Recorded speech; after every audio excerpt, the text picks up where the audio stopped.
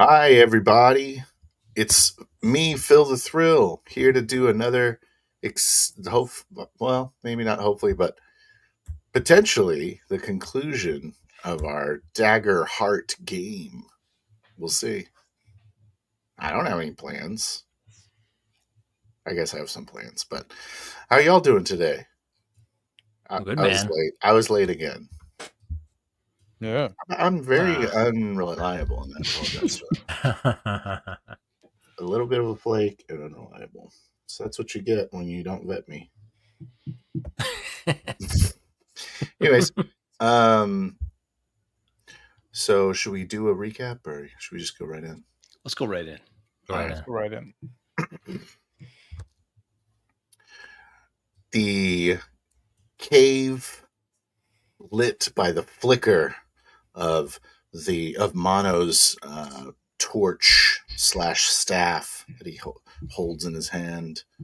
Um, the before our three adventurers, Thulgrim, the stout dwarf, Kiniko, the swordsman Katari, and of course Mono, the flame sorcerer.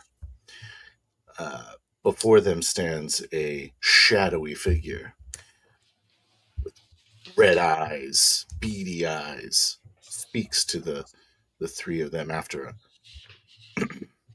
encountering some strange frost imps. He says, "Please, I only want to talk for a moment." He puts his hands up. Sword drawn, shield up. You better start talking now, or I'll cut you down. I turn to face the character there, the person there. I say, my hand on my katana, my other hand on the sheet. What are you? What do you want?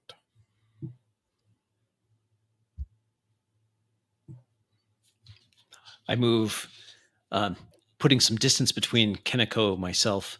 I turn to this Baron Tuloth, and I open my left hand, and a flame sprouts from my palm. We're listening, Baron. He some wispy sort of black, uh, almost like a fog. It's not quite a smoke. It's more. It's a little less dense than that. Uh, kind of comes off of him like a smoky aura as he begins to pace to the right. He says, "Good. I'm glad you can listen to reason. I am Baron Tuloth, and I am the caretaker of these caverns. Your miners have gotten a little zealous and have unearthed something that they had no business unearthing." Unearthed? What did they unearth? And who gives you the right to take their lives? I point my sword direction. I I do some sidestep toward the side, away from, in the other direction than Mono went. And I say, and who put you as caretaker of the cavern?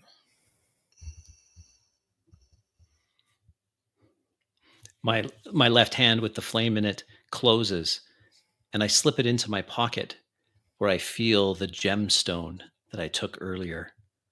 I hold it in my pocket. Says, "I only take their lives. It was not me, it was these creatures that you met earlier. As far as who elected me the caretaker, we'll say I was self appointed." His eyes dart between Thulgrim and Mono, and then back to Kiniko as he matches him step for step, sort of circling each other now. He says, He says, had the cave-in not occurred, I doubt they would have noticed. I doubt they would have noticed what was going on below.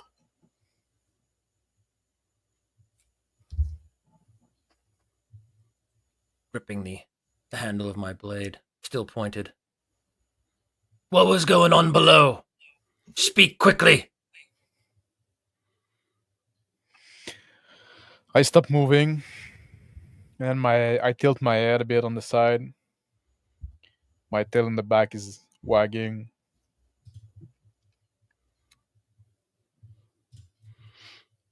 I also stop moving, turning, facing this Baron.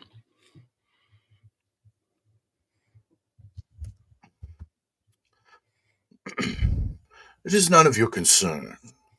All that, if you give the miners the orders to repair this area, then perhaps they can continue their mine. But I think it would be best if you all stay clear in the future. He takes a step back further into the cavern. Step back, turning to Mono and Kaneko. What do we do here? Something about this don't seem right. We can't leave him down here if we can kill more miners. If we do not take care of him, somebody else will come and try. Kaneko's right. I turn to the Baron. You have a choice. We've been reasonable. You should leave now. The ones that'll come after us will not be so reasonable. The writing's on the wall. Whether it was a cave-in or not, this is no longer yours. And I gesture around. Looks at the three of you. His red eyes moving from side to side. He says, more to come. Perhaps it would be best if I made an example. He lunges towards the three of you with his clawed hand out. He's bearing fangs.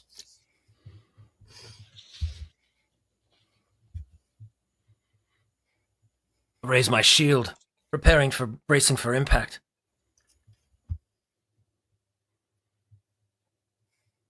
Feet positioned in the ice.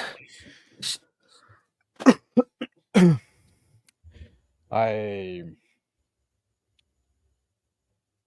get my feet on the ground and I get ready to strike as soon as he get in my rage. Straight from the scabbard. I glance slightly to the left. I see Kaneko, and then with my spellcasting ability, I create a mirror image, a perfect illusion of Kaneko, opposite of my other side, and then I grasp the staff in both hands. It's a success with hope.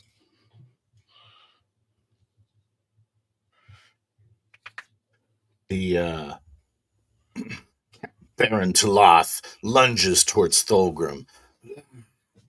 Attempts to grab onto him and with their blood-stained lips tries to bite into him. Ah!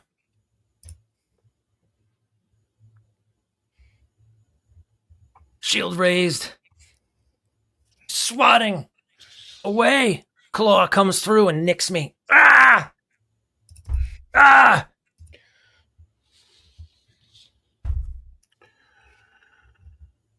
Does 14 physical.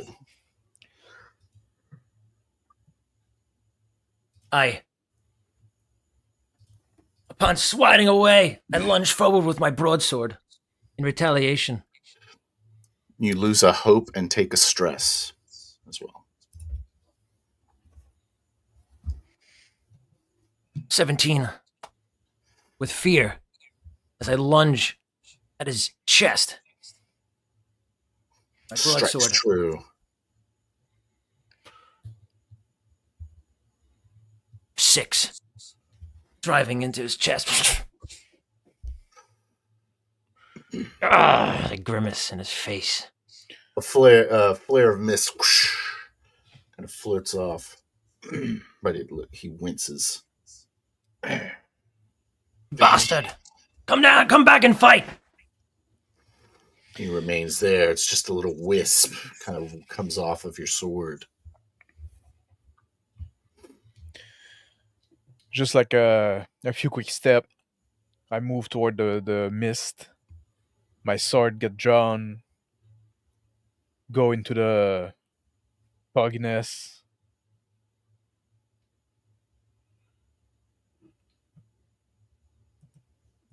I direct the illusion of Keniko also into the mist, and then fire my dual staff, the center of where the mist is emanating. 11 with hope. No. The fiery bolt just disappears into the mist. He looks over his shoulder and turns to look at the action of Mono and Kiniko and the clone, and smirks at Thorgrim. He says, "Your companions have left you." Just a bite down on his neck once again. Ah! Oops, sorry. The 10. Ah! He got me again! Get him off! As he bites into my neck.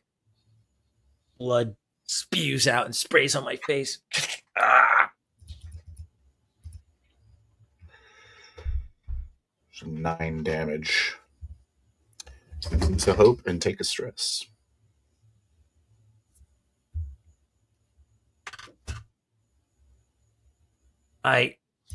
Again, He looks invigorated as he feeds. take my blade behind me, striking at his face.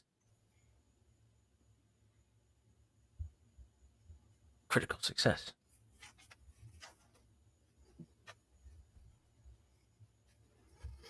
For 9 damage. Striking straight at his neck and head, close as I can. Takes a step back. A spout of mist flies straight up, masking the severity of the damage from your blade. As I relieve myself as he detaches, laboring my wound. Lets off a soft chuckle. I turn around and I try to. I go to swing my sword in the lower back of the Baron.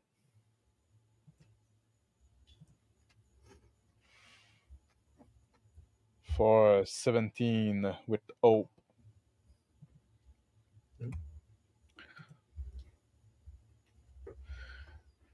Five damage.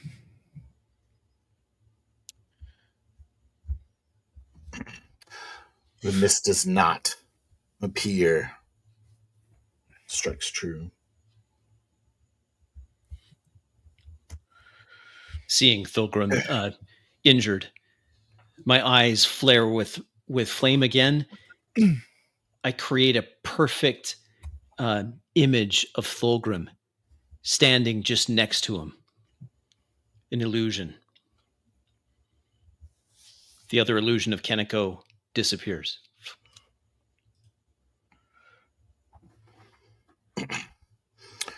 Empire turns and looks back at Keniko and returns his gaze to Thorgrim, seeing 2 now.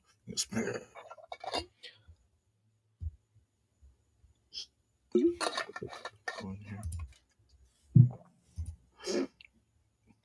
He lunges for the true Thulgrim. Okay. 8 to hit. Success. Ah! Again, striking me in the neck. His eyes wide, looking back at Kineko as he sinks those teeth deep in. Again.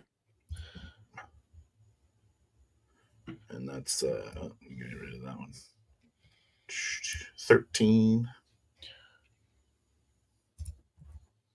with a stress, and you lose a hope. Flailing now. I can't take my blade over my shoulder at the creature. I'm full with fear. Get him off me! He pushes off and kind of backs up a bit, avoiding your blow. Eyeing the Kineko and the 2 Thulgrims. Holding my neck. Clearly labored and blood pouring down my shoulders all over my mail now at this point. Petty trick, ape, he says in a raspy voice, blood dripping from his mouth. With my blade raised up over my shoulder, I move swiftly and I try to slice in the forehead as he speaks. Freeing his mouth from the neck of a Tulgrim to speak. I try to take the opportunity.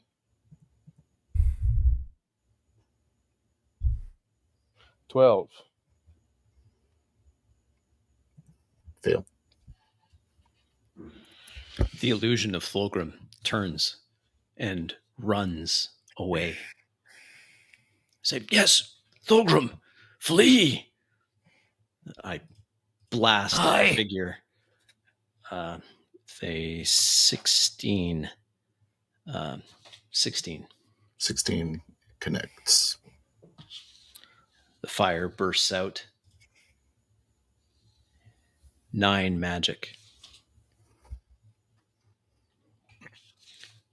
Strikes true. No mist this time as the Baron Tuloth, his clothes catch fire and goes,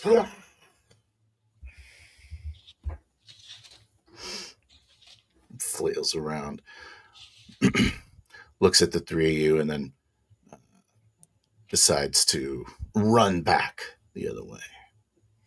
I strike him as he leave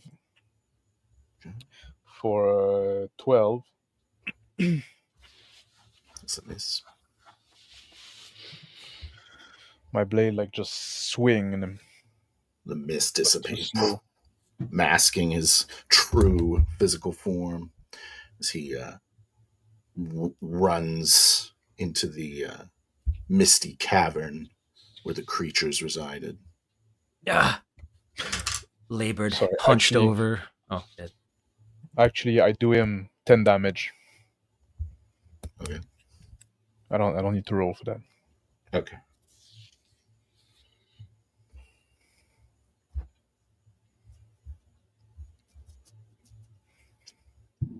Labored. Now, what kind of looking down as blood is pouring down my throat over my chainmail and onto the ice below. I fall down on one knee. This might be it for me, boys. I don't know if you want to pursue it any further.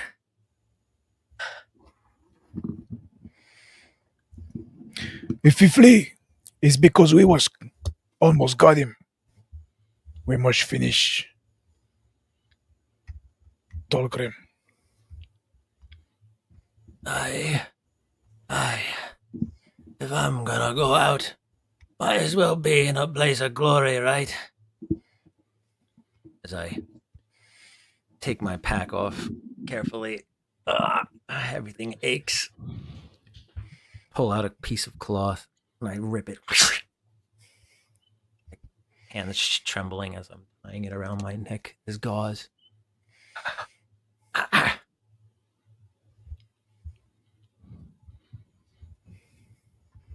My hand drops into my pocket where the gem is.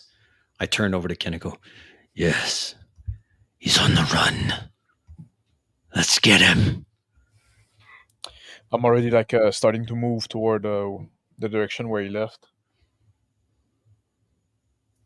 Soft laughter can be heard from the mists beyond.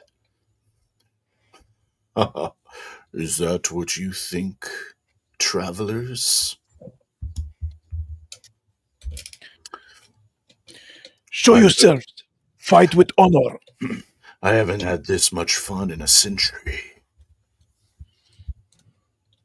Get up off the ground. Body swaying. Let's finish this! As I charge forward in the direction. The Baron. Sword raised, shield. Ah! Show yourself!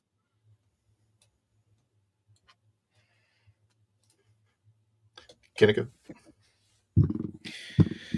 I'm moving toward the edge of the cave in the back with my sword high up. Once in a while, like when I catch a wisp of mist, trying to strike through it. My eyes flash with fiery light as I detect magical auras in the mist, looking, whispering directions to Kiniko as I stalk behind him. Smoky aura shifts through the mist, running along the wall towards Thulgrim by Kiniko. He's moving to Thulgrim, quick! Aye, he means to pick him off. A shadow of a form passes by you, Kiniko. I stop him from moving with my as he. Mm-hmm. Oh, I'm sorry. I'm telling my dog to be quiet. As I sense the shade coming close, I interpose my body in the direction with my blade closing a line. That if you want to go through it, you'll have to take damage.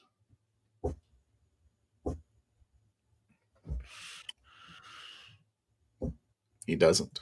He stops and tries to grab at you, Kiniko.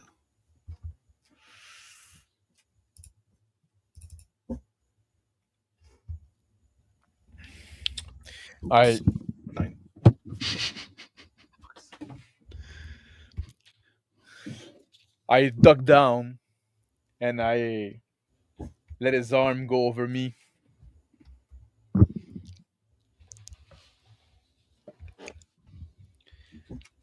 Seeing the motion, fiery or flaming throwing daggers spring out of my hand, striking at him. Go to the bed. He takes 9 points of fiery damage.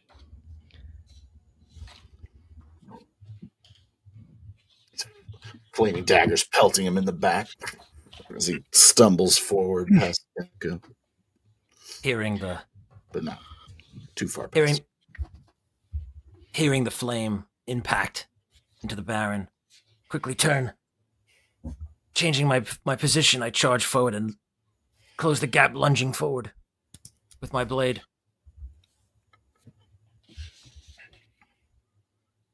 "16 with fear." Yeah. Connect. Into his back. 3 damage. I die. And he does. As I holding the blade there. Impossible!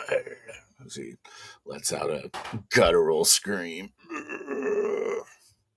Slowly crumbles into ash around your blade onto a pile on the floor. A look of hate in his eyes as he stares at Kinniku. I put the tip of my sword in the pile of ash on the floor, and I say, "Not so much fun in the centuries, eh?" Careful what you wish for. You might get it. I go over to the body where the ash is and I nudge it with my ape foot. My eyes looking for magic auras in his remains. Faint glow in the pile of ash surrounds a small necklace vial. Inside the vial, a dark purple viscous fluid.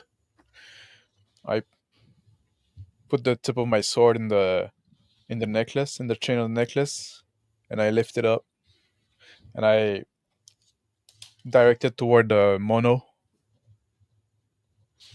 I hold my hand out. Thulgrim. I stumble back after slaying the Baron. Arms limp. Fall back on my butt on the ice. The gauze around my neck are now pooling with blood. It's blood red, my gauze. Lost a lot of blood. Let's find what this thing is that I say they unearthed. And clear this mine and get out. I'm not sure how much longer I have. Mono. I accept the necklace. It drops into my hands, my eyes studying it. And then I turn over and see Thulgrim in his wound. The necklace disappears into my pocket. Keniko, the dwarf, he looks in a bad way. Can you make some fire? I will make some tea. And what of the ice imps around here? I look around, especially at the ceiling, for evidence of the creatures. The necklace is ice cold on the vial. There's a frost to it. The ceiling in this chamber of the cavern is uncovered by the mist. This kind of clings to the walls in the direction of the other cavern where the imps were. The ceiling is empty. There's no creatures hanging from it. I begin to try and get up off the ground, stumbling. No. They gotta finish the mission. I'll hold out for as long as I can. We're on the attack now. We're on the offensive. We finish it. I look both Mono and Keniko in the eye. I'm starting to kneel down, and I undo my little pack from my kidney, and I start unpacking my teapot. I say, "We can take a rest for a little while." I agree. Let me make a fire. We'll risk a small one here. And I gather up a few things. Create a small fire to heat the tea. This will do you well. The warm tea will help Thulgrim.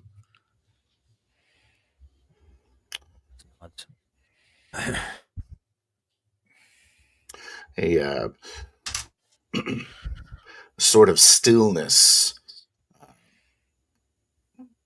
surrounds this cavern. There's an edge that has been taken away from the energy here. Still, a slight breeze comes through the cavern that travels up through the mining passage. There's that breeze again. Laboring.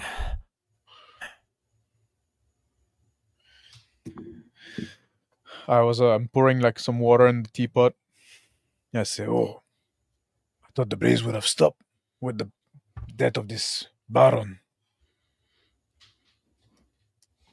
I thought it would too, but it lacks that biting cold that it had before. Don't you feel it? The air, it's not quite so menacing. Everything feels cold right now. Oh no. You've lost a lot of blood. I bring the hood of my borrowed jacket over my head, and I pour some herbs in the teapot. I take some bowls out. Let me take a look at that wound. I bend down and examine Thulgrin. Attempt to address it. Yes, you'll have a nice, lovely scar from that one. Won't be the first. I make it out of here. I head back. Wincing as you investigate it. I pour some tea in the bowl, and I offer the first one at Tolgrim. I say, "This is help you with relax."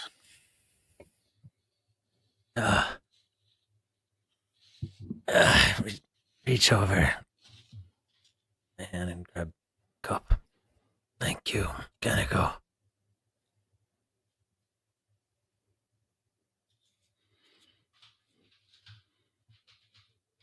Wind continues to breeze through the cavern. Tolgrim, you can clear 3 stress. Oh, that's nice.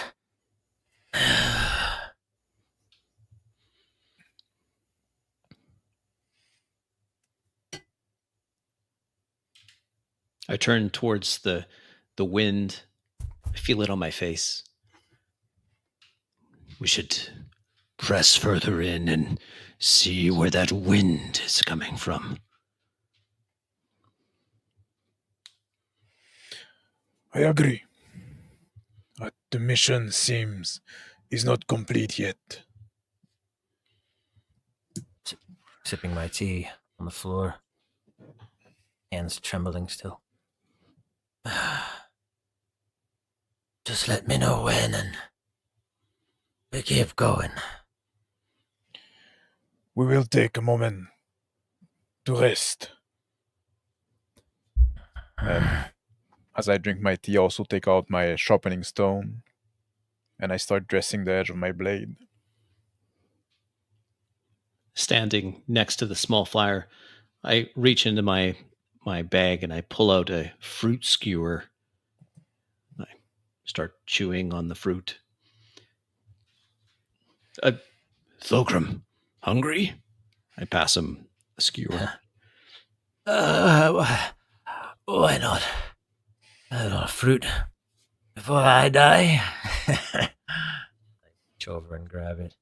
Ah, the Shaking famous it. fatalism of the dwarves. You'll tell this story to your grandsons.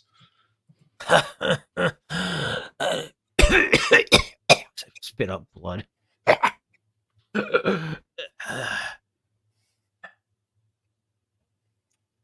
Frost on the ground, now speckled with red from Thulgrin's spit. And like that, a small rumble can be felt in the mountain, in the mine. What was that? That is again. Lying on the floor still. I'm scooting a bit closer to the fire, still dressing my blade slowly, and I look at Mono. I say, What do you think? Because those wind, what do you think the Baron meant by they uncover something? It seems we didn't get the full picture. Surprise, surprise. Our employer keeps us in the dark. I pull out the cold necklace. I wonder if it has something to do with this. So I hold it out. The hoar frost on the necklace. It's Wiping. very ornate, golden filigree on it. It's the shape of like two fangs and a stopper. It's very flat, kind of a triangle.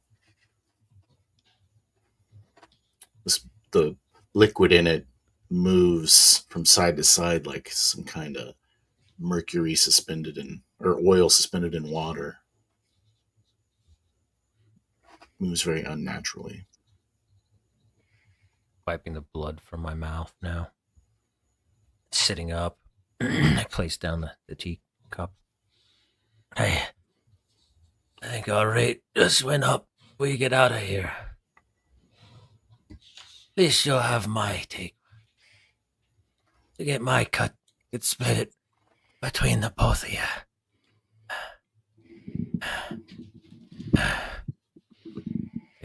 Start to kind of, eyes kind of close a bit.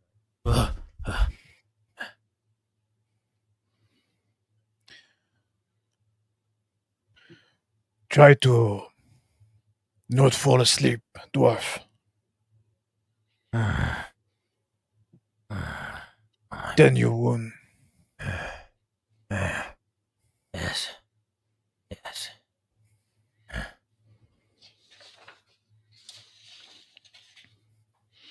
I help Thulgrim to his feet. Quick. You'll feel Yes. warmer if we start moving. Let's go out with a bang. I stand up, gripping onto Mono's shoulder. Thank you. Thank you, lad.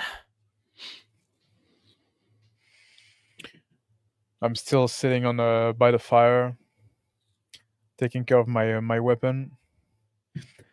I say, if you hurry, you will falter. Slow is smooth. Smooth is fast. Yes. I don't think he'll be running anytime soon. But we should keep him moving. If he sits here on this cold ground, it'll rob the heat from his body. Keep him moving. Sounds it's for the best. Plus, it'll give you hemorrhoids, my dwarven friend. Let's keep moving. More blood sprays a little bit down my cheek. Yeah. I've many hemorrhoids in my life. Too much sitting on cold rocks. Go to bend down to grab my shield on the ground. Will you get that for me, lad? I grab the shield, pass it over. Thank you. Let's go. Start forward. I just stay put, focusing on my task.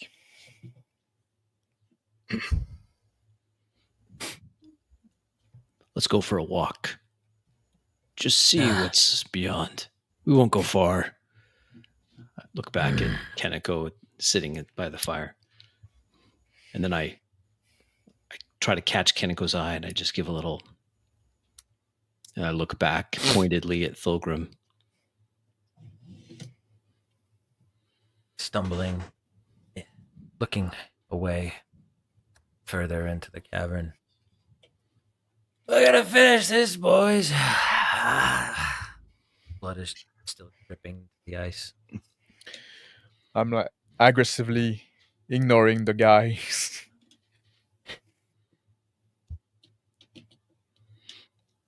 The cavern behind contains the imps, those frost imps.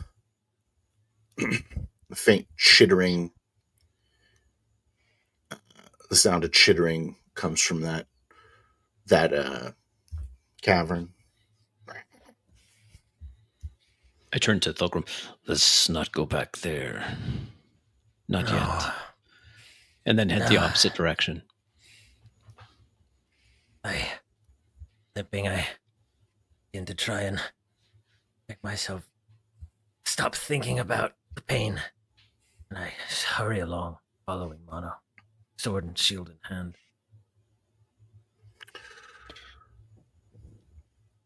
I grab a little piece of rag. I wipe my blade, shaking my head, put it back in the scabbard. Grab my teapot, gather my balls, put them back in the little bag quickly. The wind at your face now, just kind of buffeting your face. It's a cool, wet wind, similar to that Arctic blast before, but more measured, consistent. There we go. You all ready? I look back. Mono and I tie my little bag to my belt, and I get up and I hurry to catch up with my companion. I call out to Thulgrim. Wait there. Let us go ahead and see what's there. Just wait. Catch your breath. I'll be close behind.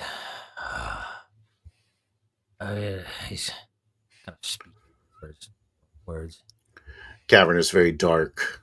It is some faint blue glow from some crystals that have made a place here. To the dwarven eye, veins of imperial crystals line this tunnel.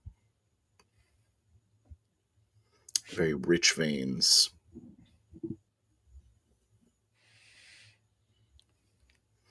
Thulgrim standing back, watching his companions ahead. What do you see?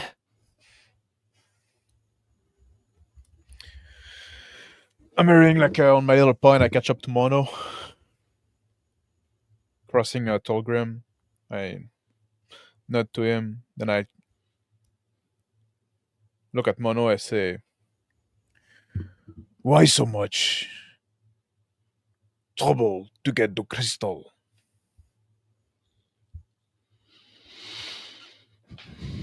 All of the usual reasons. You know them well.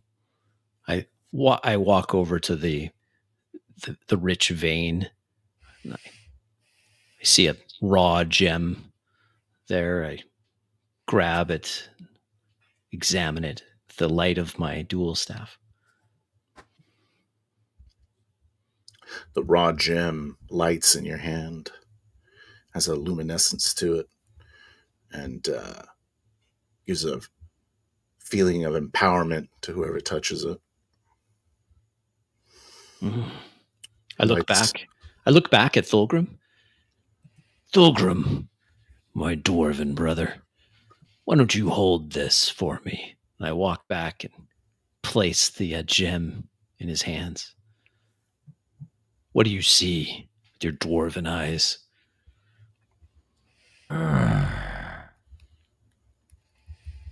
These crystals feel something. This is my first time ever holding one of these. It's everywhere in here, is it?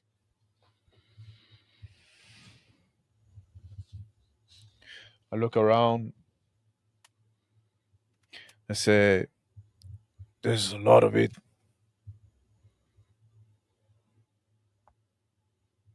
I've never seen Imperial crystal before until this day.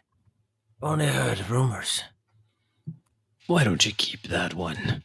I turn back, start walking down this on this active mine, all these imperial gems, crystals around, reflecting and refracting the light from my dual staff as I walk. This area of the mine is untouched by dwarven hands. None of the regular handholds are here. It's natural formation. Or some sort of magical formation. Difficult to tell with magic. It's still very frozen over as it winds down further. I look at the mono and I say, "The Baron said the dwarf went too deep. Do you think they went deeper than here?" I do not. I look at the sides of this natural chute, this tunnel. I don't see any of their ironworks, nor do you see any bracing of this opening. No, whatever created this wasn't dwarven hands. Pilgrim, I take the crystal, placing it into my pouch, my satchel. I, walking forward. This is truly a wonder. I always wanted to see this. We dwarves do delve deep,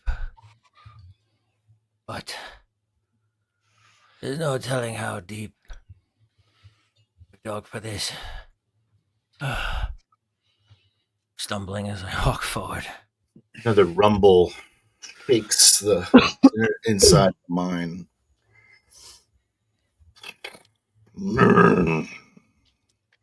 It's like a low growl can be heard echoing through the chamber. I put on my my hand on the wall with the claw out, and I It's say, vibrating. "This is not just earthquake. No, there must be a creature down here. The longer we delay, the more chance it may have to prepare against our attack." And then I turn and walk down deeper into the tunnel. Fastening making shield in hand, sword ready. Aye, let's go. Just begin walking forward, following Mono, feeling invigorated slightly. These crystals give off quite an aura. Feeling a little better right now, despite my condition. The tunnel is very slippery, but the imperial fragments empower your steps, allowing you to travel down the tunnel without much trouble. It opens up into a large chamber. Another quick gust of wind of that Arctic wind blasts, and it signals, or just before the sight of a very large white elder dragon laying down in its den or in some sort of chamber here, bigger than anything, any creature you've ever seen. My Massive wings, purple. beard. Head is down on the ground, and its eyes are open, looking at you.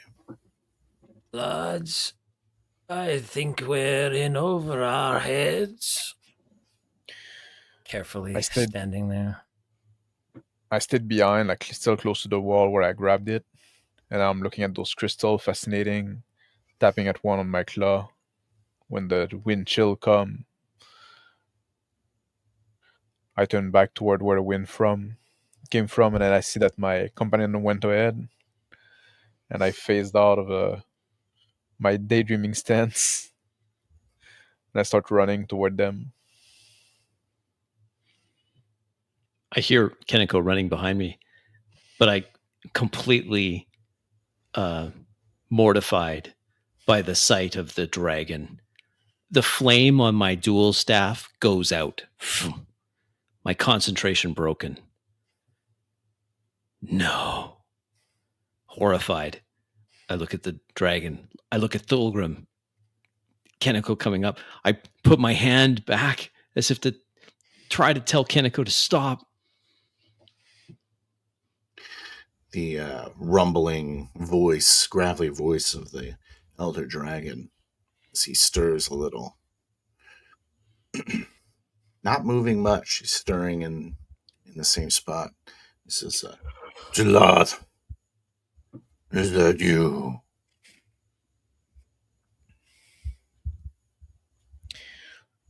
Paused, frozen.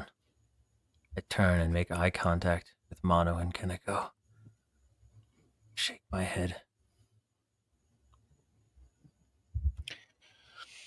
I stopped my run when the staff went out in the sudden darkness, knowing something was afoot. Giving a moment for my looking for some source of light.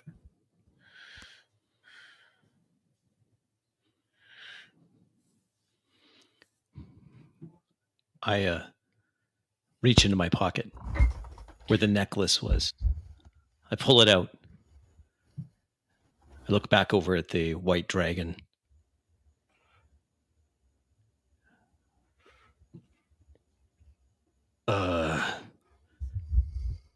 No. This is not the Baron.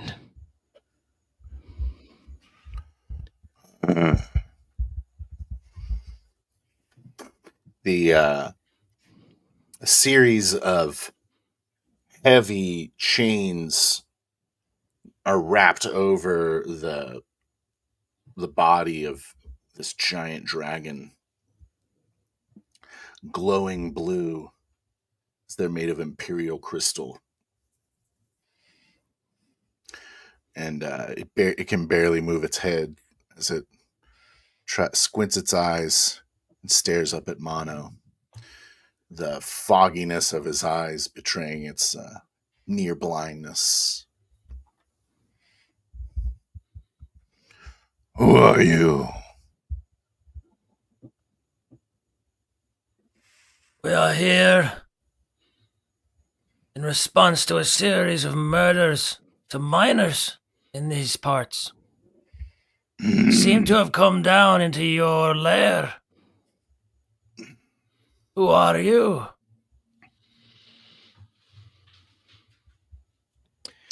My eyes now adjusting to the faint glow of the Imperial crystal.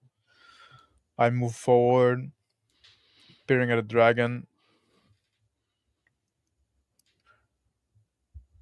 and I observe.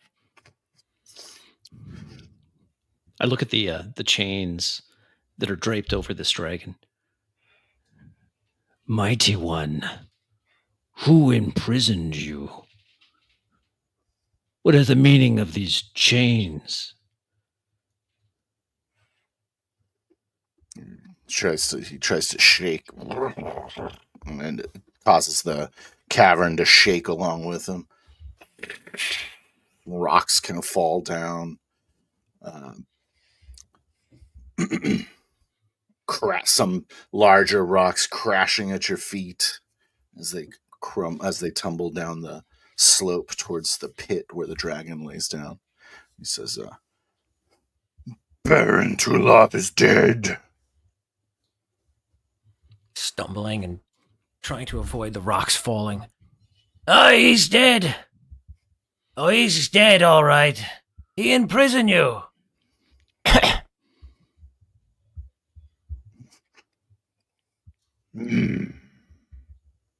He shuts his eyes. I move inside the chamber, and I move along the wall, going toward the back of the dragon silently. I take a few steps into the chamber. Yes, he who called himself Baron Tuloth died at our hands just a moment ago for the murders he committed. Perhaps he's done an injustice here. He exhales. Oh.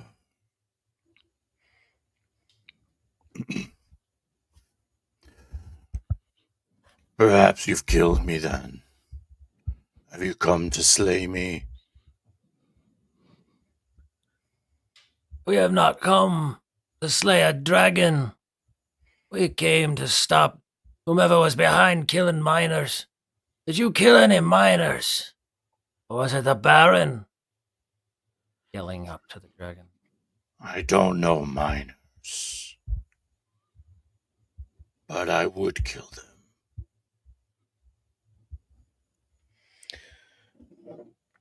I'm slowly making my way toward the back of the dragon. Roll that agility. Yes. For stealth. 20 with fear.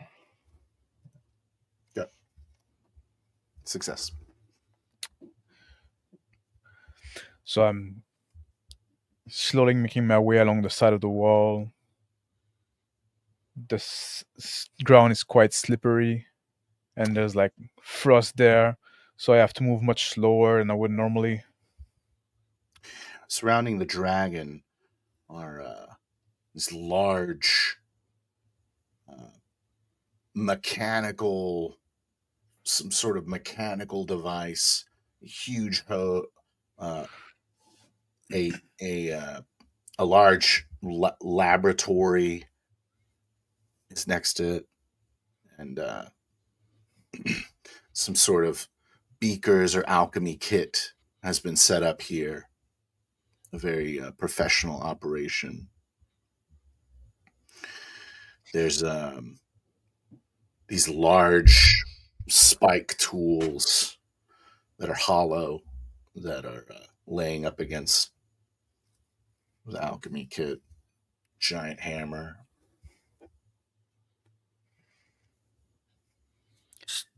I shuffle or step quietly over to Thulgrim, and I lean down to whisper into his ear. Well, that changes things, doesn't it? The dragon would kill the miners if it were freed. We cannot free it. Therefore, I just let it hang.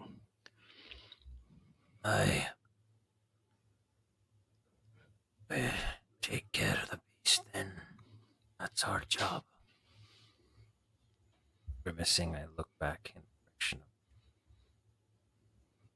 Let Kaneko strike first.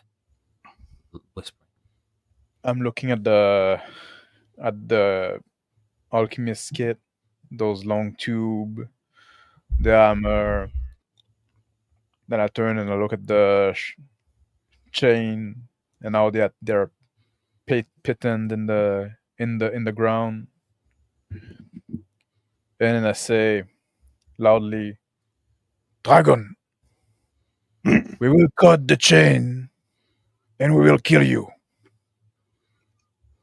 in an honorable fight." It flips its head over and looks straight at Kaneko. Some scales are missing from its neck. Some scabbed or some scarred over wounds there. He says, "I will kill you if you try to kill me."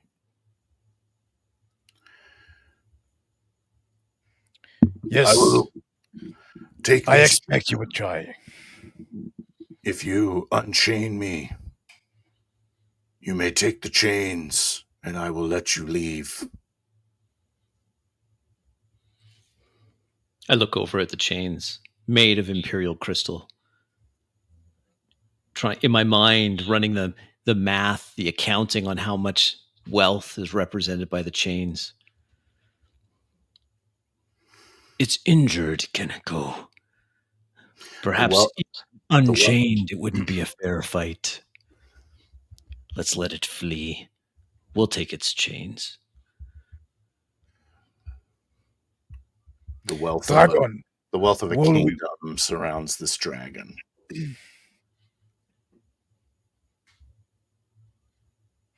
Dragon, will you flee if we unchain you?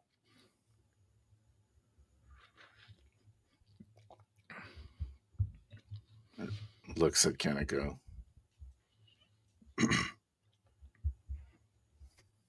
And it flips its head over. He says, let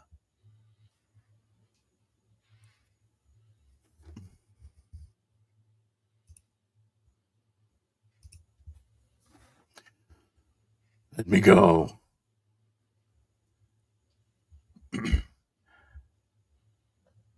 And I won't kill you. Not only us, but the people of the mining town above, down. Their lives. What will you do with them? And it begins to shake again in the chains.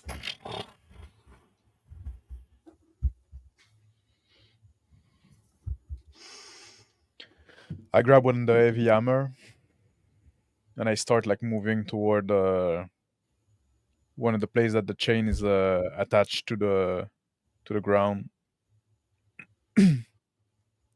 Slowly, and then I rest the head of the hammer on the ground next to the python that is holding the chain. It turns its head to you, its eyes wide. He says, I could kill you in a moment. Who attach you in this way?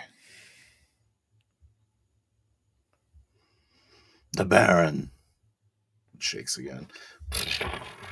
The rocks And I- coming down. Mana. I nod. Yeah. I nod, and I An agility check, Mana. As a rock comes down.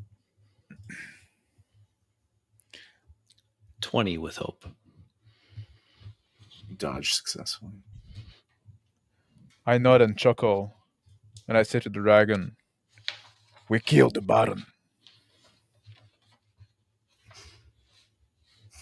It starts laughing. Baron.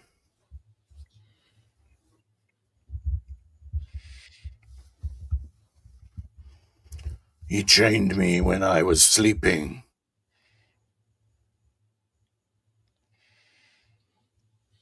Where will you go upon leaving, coming unchained?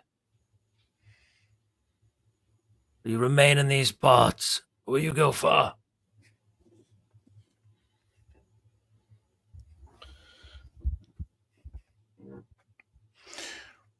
He looks at, he just stares at Keneko, doesn't respond to Thulgrim, watching the hammer. Let me go, or I'll kill all of you.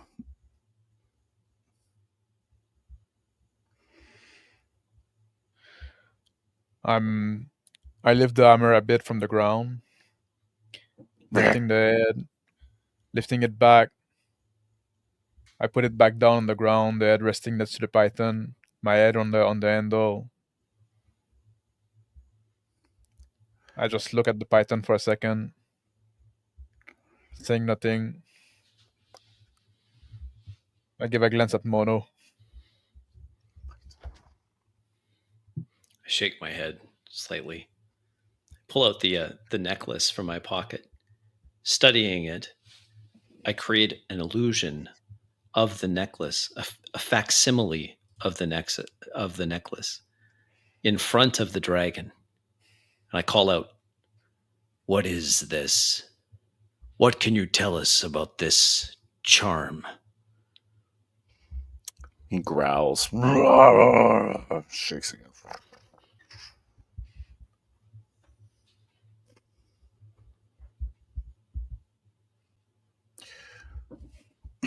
It's nothing. Leave it. Sounds like it's something there, Mono. Tell us, dragon, what here do we possess?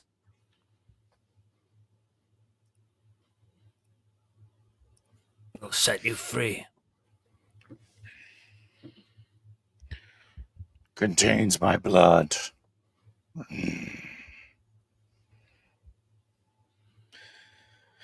Say if we set you free, you need to move away from here.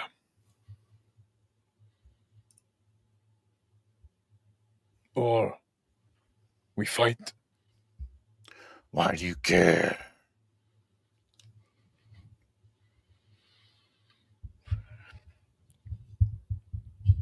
We need to clear the mine for the miner.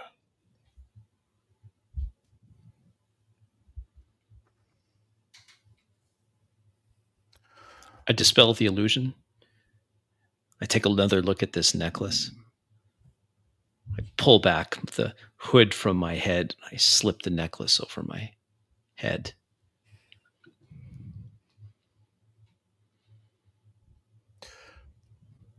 It's very cold on your chest. And you feel that cold kind of, or the cold melts around your body, sheathing it. I look over at Keniko and I just subtly nod.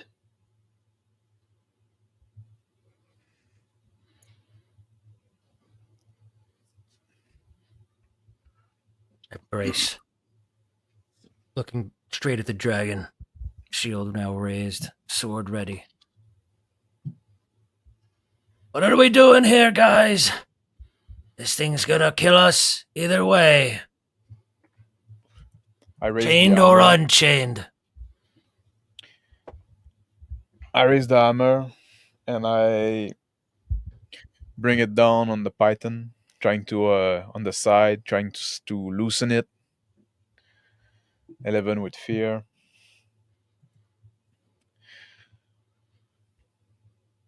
I create an illusion. Oh, sorry. Sorry. It's resonate like the hammer resonate in my hand. The python start moving a bit. Dragon's eyes widen and watches you.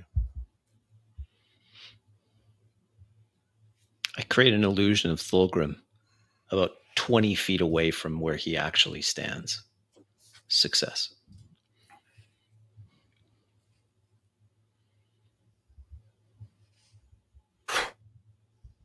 Looking over, seeing in my peripheral another Thulgrim appear. How's it going back there, Kennego? In front of the dragon, sword and shield raised, staring at him. The dragon's head facing Keniko, watching him with wide eyes. Reflection of Keniko in his eyes. I crouch down and I grab the python and I start like moving with my hand and trying to dislodge it. Put it out. Throw it on the ground. I say, Raises one his head. chain is loose. It raises its head and then turns its head to snap at the other chains. Its wing comes loose. Very quickly, it becomes free. I take a few steps back, putting my back against the wall of this cavern and moving Thulgrim's illusion around.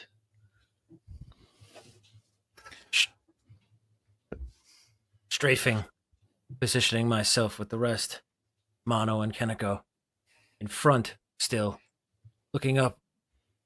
All right, dragon. You're free now.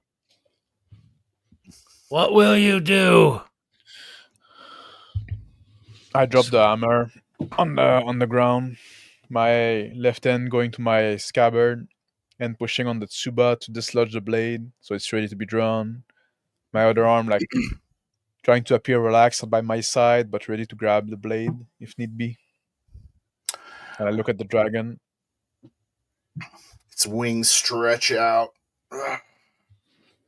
And he arches his back, and the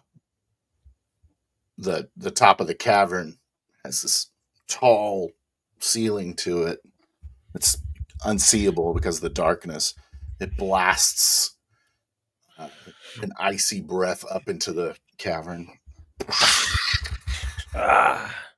like, "Ah!" And he comes back down, done stretching. He looks down at Kineko. He says, "Little cat, you freed me. The chains are yours."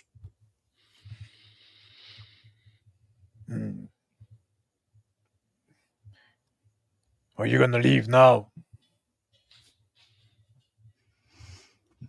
That wasn't a deal. Looks around at the. He looks straight at you and he says, "But you may leave. Wealthier beyond your wildest dreams."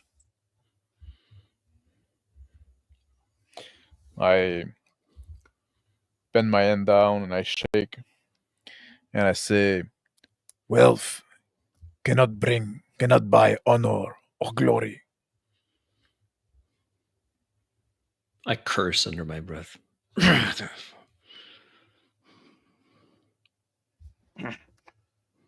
Your stupidity will only buy your death. Looks at the other two and says, "Your companions have the same deal. Take the chains and you may leave. And what of the rest of the... I will happily oblige any fools who decide to die here." What of the miners that come down these mines? Our job was to make sure these mines were operational. Your presence is a threat. I haven't guaranteed their safety. This is my home.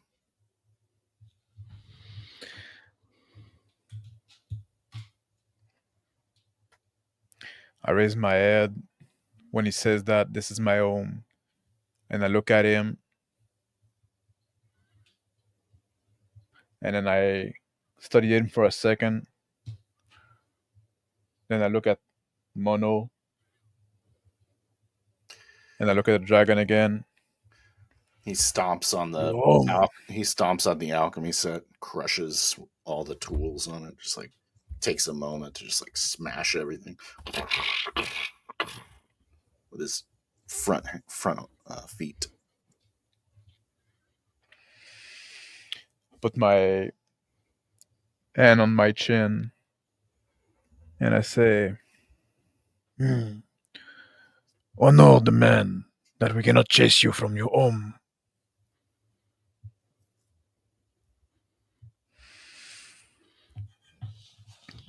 Seeing an opening, I step forward and say, "That's right. It would be dishonorable to turn down such a valuable gift." My eyes gleam as I take in the lengths of chain made of gem. We wouldn't want to dishonor such a valuable gift. Relaxing now. Dragon looks over. Okay. Relaxing now. Lowering my sword and shield. We leave. We take the chains. And the deal is, if no miners from the town enter your home, they're safe, right?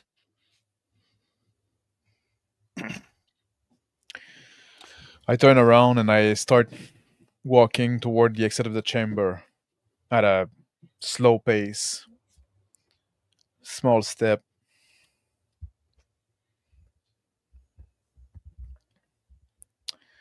Without saying anything. The dragon turns, looks at Mono, and then to Thulgrim, noticing the two of them. Kind of looks in their general direction, says, I prefer the taste of imp flesh, but I will consume a dwarf should he find his way down here. We will warn them not to disturb you.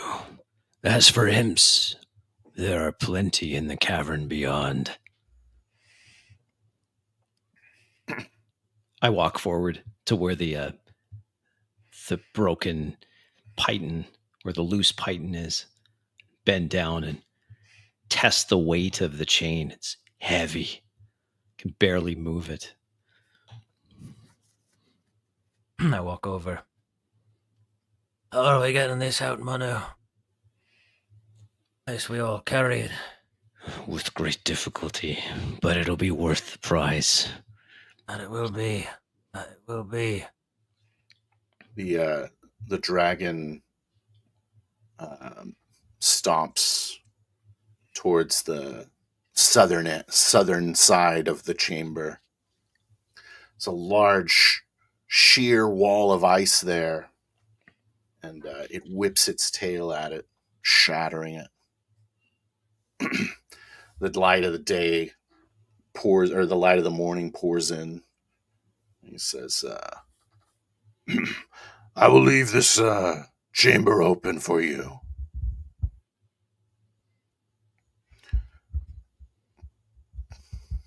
That's I very bow. kind. I Very bow. kind of you, dragon.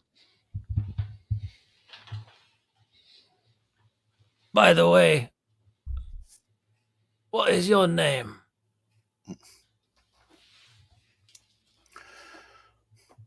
My name is unpronounceable in your tongue, but it is Tytheon, is what the man knows me by. At the entrance of the chamber, a little bit up in the corridor, when the wall crash, I stop and I turn around and I look at my hand in my sleeve, standing there. It marches through the hole in the mountain and just wordlessly just starts buffeting its wings, starts flying off into the sky.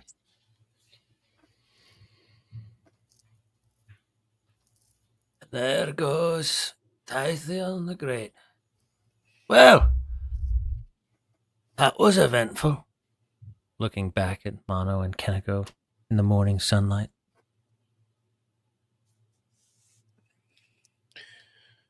So I think we are done now here.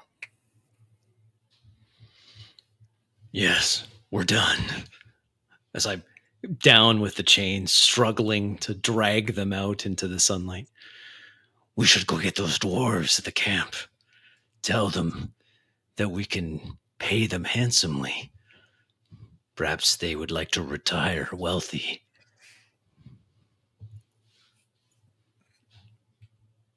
I'm sure they would. I'm sure they would. Old Stonehammer would really like this. The adrenaline now subsiding. I lose my footing again and stumble. Ah!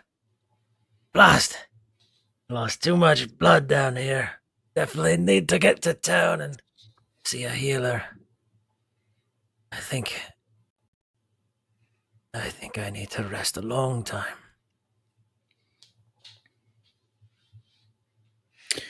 I turn back toward where we came from, and I start walking again up toward the exit of the mine.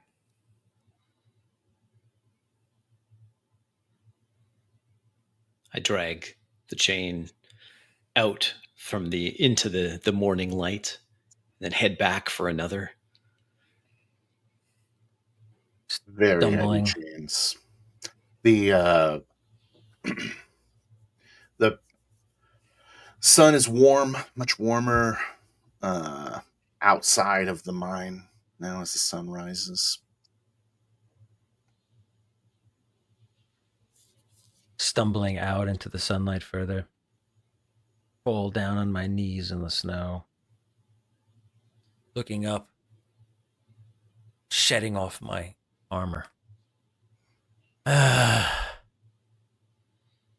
help you in a moment, Mono. Just let me rest here a moment.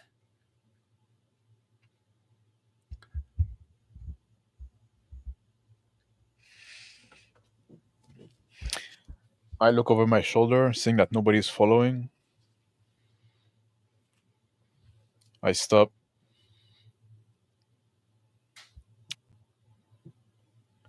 And I wait a moment.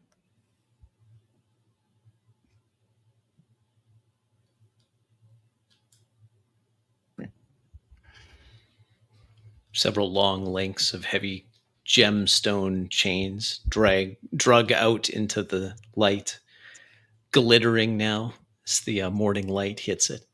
I stand there admiring at my feet. The imperial crystals on the chain glow with the orange of the morning light. Morning light has a slightly different effect on Thulgrim. Straining the eyes. Ugh. A little too hot.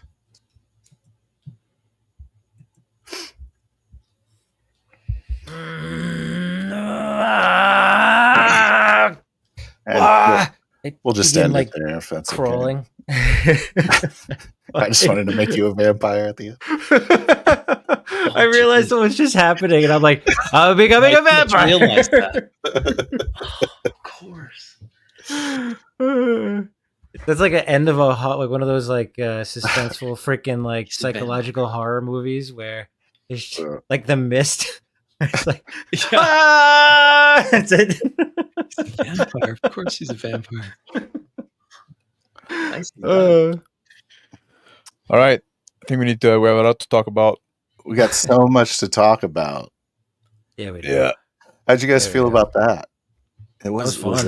Was it one thing you can do? Was it just one thing? I feel like I gave my guys goals. Yeah. And then y'all were saying things. I was like, okay, you're telling them there's guys coming. Vampires going to want to put your head on pikes and put your heads outside of the mine now. Like that's what was going on in my head. So it's like, Yeah, okay, I'm gonna start fighting. That was fine. That was fair. Yeah. I didn't thought it was forced there.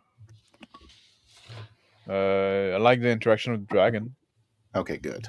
I never got to interact with a dragon in all the time I play, and I play a lot of fantasy, and I was happy to get to play. Well, with you got to interact I with was the dragon in Dragonheart. No, I'm just joking.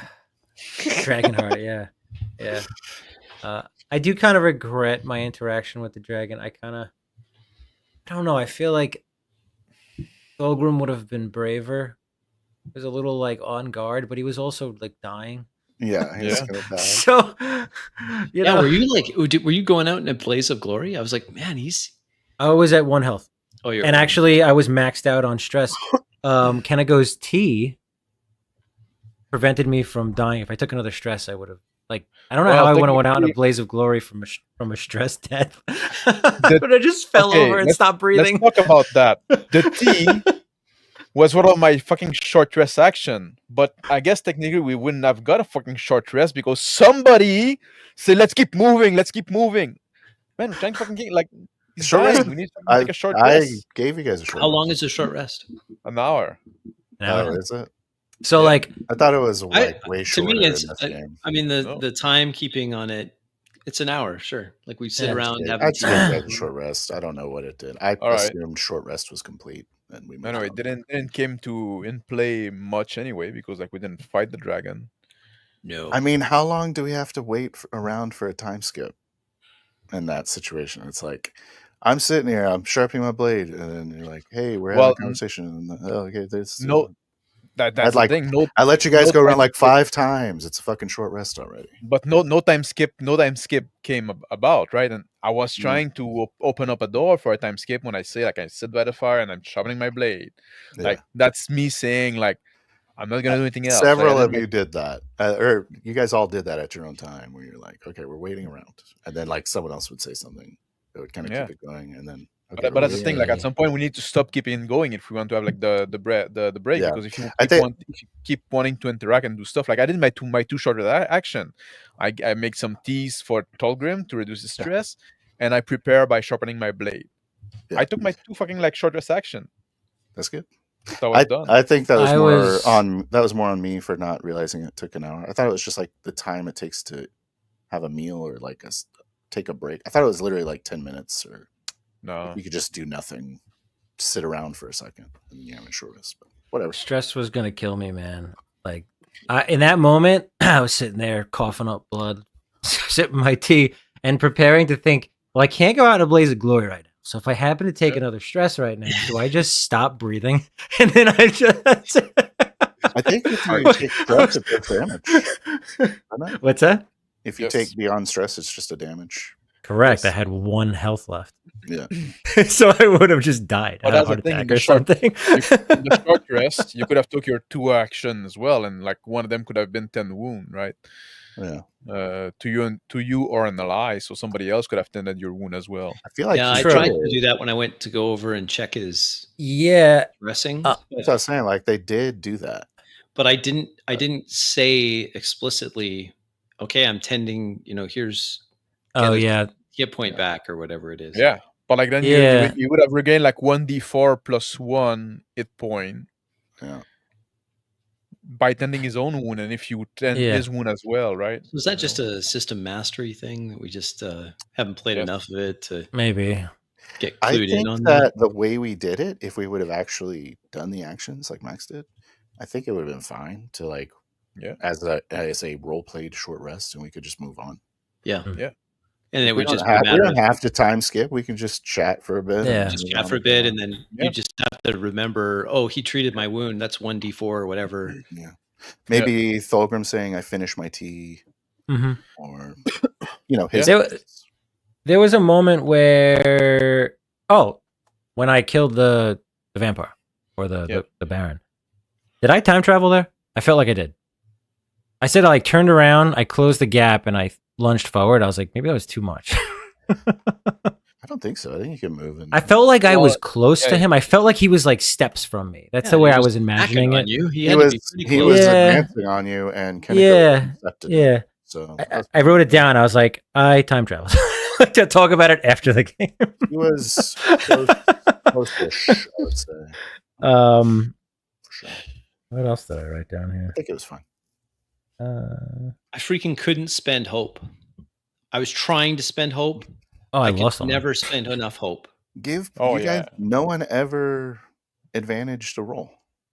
Like I don't know why Yeah, you guys that's don't true. do that. That's how you. Spend Oh, from experience. That's that Yeah, for it's an like- extra d6. No, Yeah. Yeah. It's a decent. I had lost all my hope pretty much. I had 1 left, and then I gained 1 more. Yeah, vampire is draining your hope. Oh shit, At that some point- vampire is brutal, dude. That vampire is brutal. He There was was a- regenerating a health every time he bit you. oh also. really? And you I were have like only this. doing one damage. I have this feature I can use if I spend 3 hopes. So at some point I was trying to stack some hopes, right? And I struggled. What was the feature? And then I get like +1 to my attack roll until my next rest. Okay. Oh, cool. Yeah. The no, fire damage was very key, just so you're aware. Oh yeah. The magic damage. Physical Um, damage, he was much more resistant to. Yeah, I got confused when I strike at the mist. I got confused. I thought it turned into mist. I didn't. But like, to be fair, I was getting distracted by the system because I had to reread once again those fucking ability that I have, so I would be ready for my turn, right? Mm. And then maybe I didn't listen as well as I could have, or I should have. So this is a thing. Like, I really dislike the system. I agree. If you want my verdict on Daggerheart, This Yeah. is the time. No thanks. no, I don't like it at all. Yeah. I struggled with it. I felt like there was very little that the character can do just as a low level sorcerer. Hmm. And that's why I was trying to do these minor illusions this session. Yeah. That I was trying to fun. get That was cool. going. I like that. I didn't know what I should have done when you made the illusion of Thulgrim, so I was just like, okay, Yeah, like flip and I it a was just trying to coin. distract. That's all. Like it's Mm. here's a distraction. I'm like, what I gave it a illusion? 50-50 on one of them. Yeah. Yeah, It still that's did that's I more saw than that. fair. Like I would be Yeah. fine if it like, oh, it didn't work at all. He can see right through him. Like, okay, that's fine too.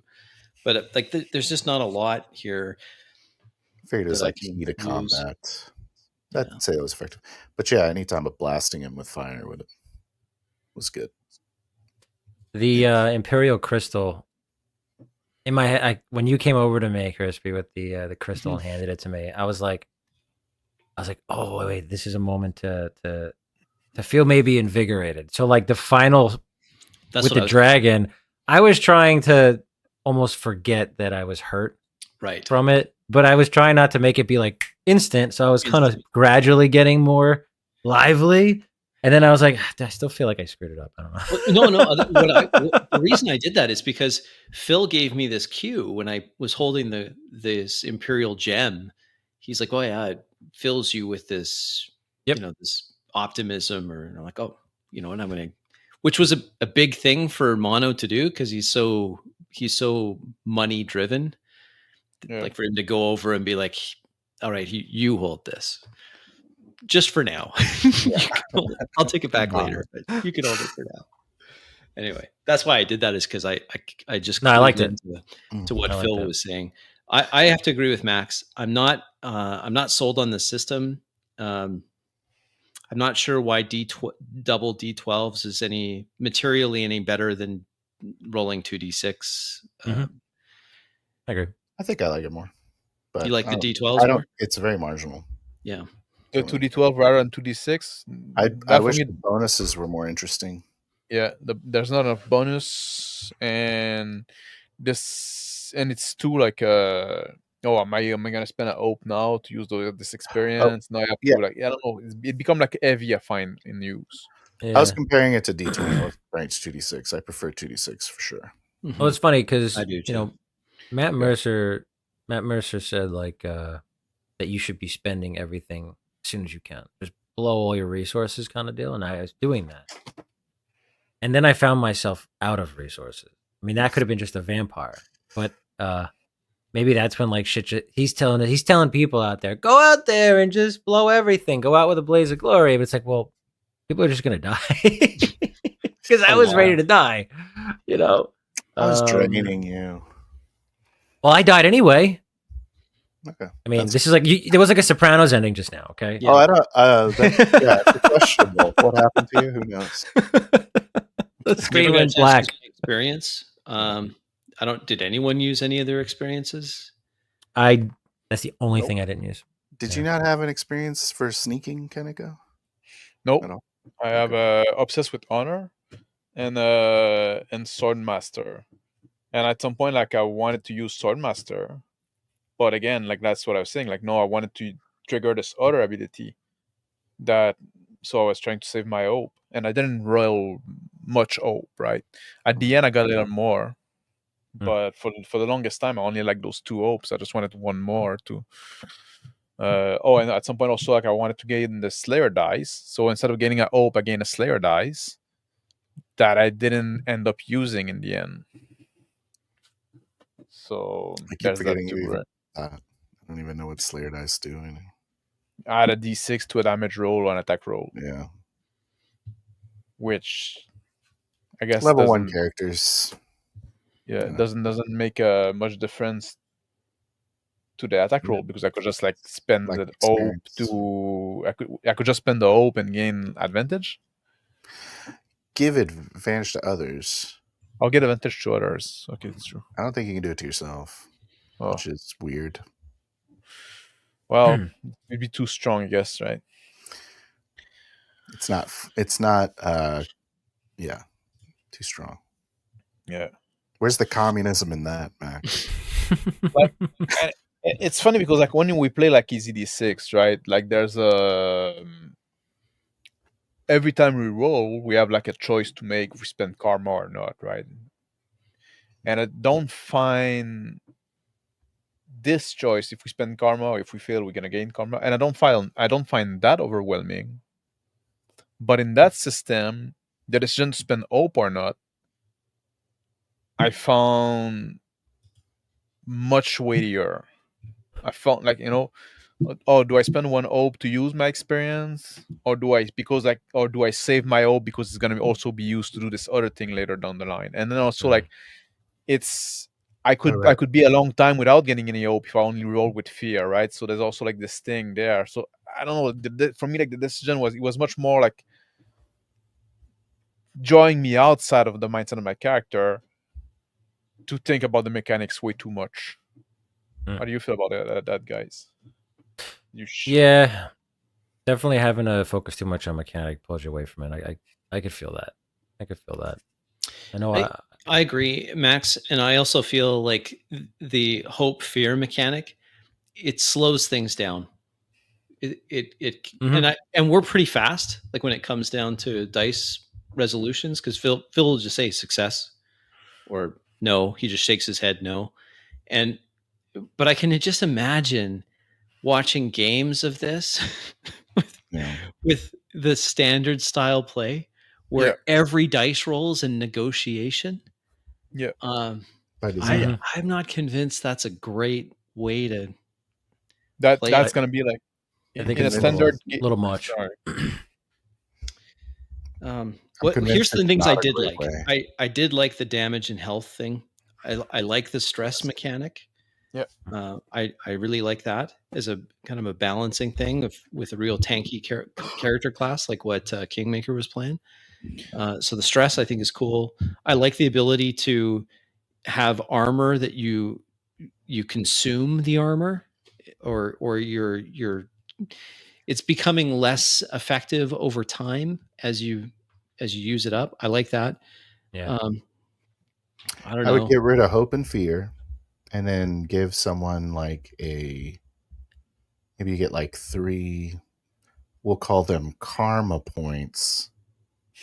And then you could use that to give someone advantage during a session, like they regenerate on the session or something. Never think about hope and fear again. Yeah. It's funny because it's like that's this whole game's it's the thing. But they can't have it's stress. The thing. Yeah, it's stress, the thing. health, armor, hope, fear. Like it's a lot. Yeah. It's a lot of all the spreadsheet management mechanic points. Yeah. For me, like the health and armor was the most interesting thing in that game. I agree. Yep.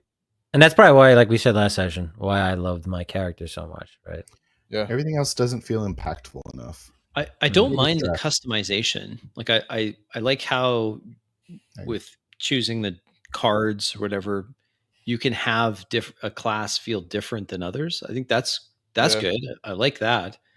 But I'm not sold. I'm not also not real keen on the way they handle the economy of it either. Gold is just handfuls and bags and then chests. So like how does that, how much are you going to pay me, Baron? How much are you going to pay me, Mayor? I'll give you a couple bags. I'll give you 2 bags. It's supposed to do like the whole, how's this? And you throw like a bag on the bar. And you're like, all right, with your a few days. Painted nails and a wrist bracelet. yeah, that's right. Maybe I'd like it more if I painted my nails. You'd like it. Yeah. Session question. The dragon told us we could use that exit that he smashed, right? to get out, Yeah, to leave. That's what I thought. Okay. he did that so you could get the chains out without dragging them past all the imps and Yeah, that's what I figured. Okay. No. slippery Yeah, but then ass mine. we're just gonna That's be what- like somewhere else in the mountain, like random. Yep. We'd have to Yeah. hike around the mountain. We gotta to get venture back it, to where man. the camp is. That's what I thought. Like- Kaneko was like going back towards the imps, and I just went forward into the sunlight. I do feel like Yeah. some of these domain cards and the class cards or whatever are very situational. Yes. And Mm. that's a drawback. It's not, I But you mean, can yes, this swap will 'em on work a in this short specific or- situation. Otherwise, it's never going to work. When can you swap them? I think On a leveling. rest.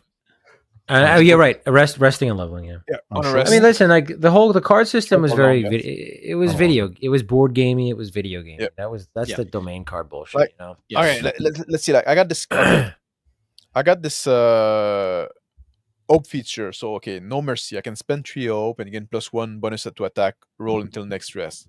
So that I can never use because spending 3 hope seems pretty high. And then at some point, like, okay, do I want to spend 1 hope to activate my experience 3 times and get +2 3 times, or do I want to spend those 3 hopes and get +1 until my next rest, which can be more often, right? You know, like now, like this old math that needs to go on, like, and which one is and I think using the experience would be better, but like now I wanted to use a class feature because, like, you know, well, Or it's you my class stack. feature, I should use it, right? The stack. Get +3. Yeah, no, it's not +3. I'm saying they stack. Use the experience and the ability. Oh yeah. But then, like, I need to. Yeah, that's true. That's true. They will stack. Other class feature like the attack of opportunity that I used, like I can just, like, when somebody leave my melee range, I can stop them from moving. I can deal them weapon damage, or I can move with them. So that I use. I guess I don't have real problem with that. Outside that, maybe it's a bit hard to communicate. Yeah, I didn't know that I was like completely not allowed to move. I just figured you would get a free attack on me or something. No, I can stop you from moving. That's cool.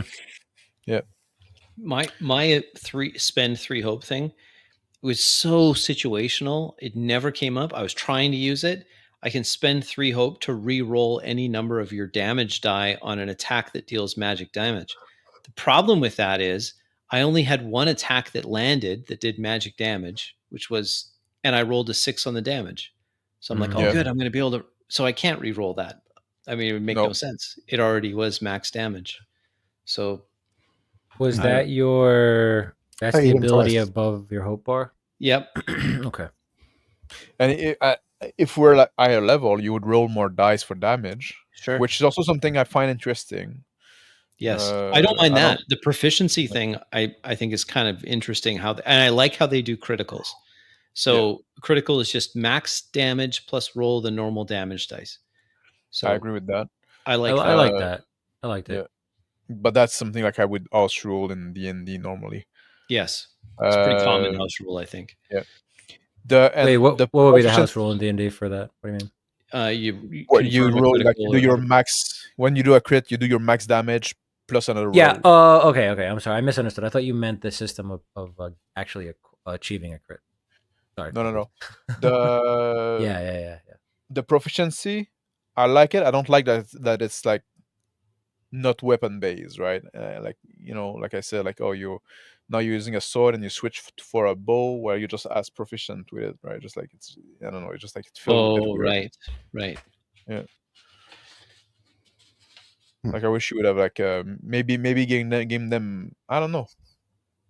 Maybe game them more often, but you have to choose weapon class. But then, like, I don't know. They could have been done. They could have been done something that would make it a little more interesting.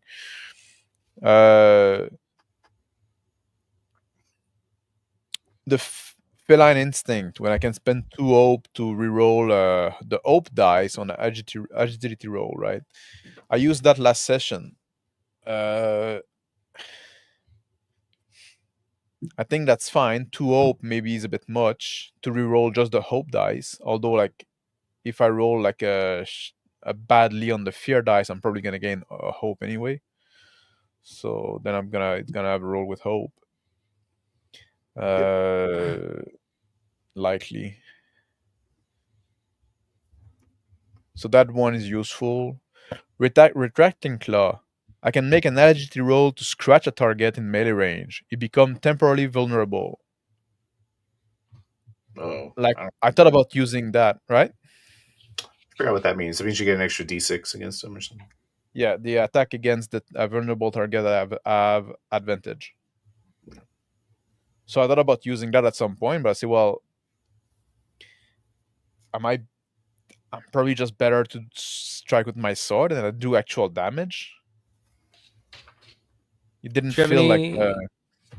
Did you have abilities that can make an enemy vulnerable though? yeah. The one you just said. Well, that That's one one of you get a bonus against a vulnerable target, right? no. Everybody get a bonus against a vulnerable target. Mhm. But my ability allow me to make a target vulnerable. That okay. Okay. I see. Yeah. So, but like I said, like I didn't use it because it didn't feel like it didn't feel worth the squeeze, right? It didn't feel like sacrificing an attack to do that was worth it. I had a push that allowed could spend a hope to make something vulnerable. I'd push an enemy, knock them down. And you didn't use it either, right? Didn't even use it now. Did you have And something they're to make just somebody invulnerable? stabbing. Yeah. Nope. Daggerheart. Daggerheart. Daggerheart. Like reroll 1 and 2s on damage dice. Again, that's the same that you have, Crispy, right? Yeah, but it cost me 3 hope. Oh, it costs you 3 hope? Mm-hmm. Oh, wow. For me, it only got you like I can just use it, and if I want to recall it, I have to spend 1 hope. Yeah. So Low-level sorcerers, man. They don't feel Yeah. great. 3 hope. I just clear armor slots. Very nice. That's Yeah. really good. That's why the second session I was like unstoppable. 3 hope, clear 2 armor slots. So I was going nuts last session with that. This session I got drained. It just jumped on you. It just bit the shit out of me. Yeah, you did. It's like I heard you the tank. Yeah. Heard you're the tank. They tell me you're tough. How tough are you? Go after the off tank. Any But other, also, any like, other thoughts on this system, guys? Like, what do you think? I don't think would I'll ever I- play it again. I was about to say the same thing. I don't think I'd play it again unless you guys were like, "Hey, we're playing again." I'd be like, "I'm playing," but like, am I going to go out of my way to run a Daggerheart session? no. I definitely won't run it again. That's for sure. And I think like I think it's gonna be interesting to see like if we get to see normal people like like regular gamer playing this system, like playing this game. Yeah. I think it's gonna be interesting to see, right? I think like Yeah. every round is gonna be fucking forever because everything is gonna be a negotiation, and every time they're gonna have to use a skill of some sort, it's gonna be well, it's gonna be a nightmare, right? It's gonna be I think, oh, I think Max is right. I think you hit it right on the button. The issue here, the big question, of course, and Nick is, does it get the seal? So, will it 4D? Yes, but not because it's designed to do so. Hmm. And I you'll would see say like no. when you like Will it? yeah, Yeah. I mean I think you can. It's just that we would have to spend a lot more time with this game to learn those cues that we missed, the codes that we were supposed to be picking up on. Oh yeah, that gives me D4 plus 1 of this, and that gives me this, and oh, this is how I use hope, and I don't think it's worthwhile.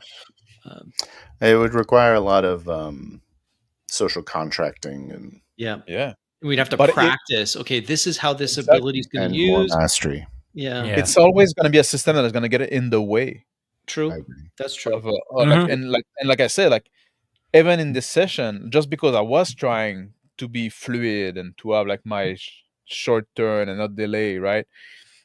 I would need to prepare during your turn, your guy's turn, and then I couldn't listen. Like just this thing that like it's so distracting, right? Mhm. And you say, yeah, but then if we played more, you would get more used to the system, but then also I would get higher level and I would get new Get more ability, and then I'd stuff. make a new Yeah. character that would Well, do all kind of that's- different stuff, right? That, So every time it's something new to learn, new character, new stuff to learn, and you're Yeah. always like starting back to zero, basically, Yep. right? that's So the with World of 40 Warcraft effect that it had on games. Oh yeah, Tons of ability. Well, they blame fourth edition and fifth edition Yep. D&D. They called it like the WoW effect. Yeah, because World of Warcraft was super popular during fourth edition, and these Oh yeah. bloat of abilities in TTRPGs just flooded into these games.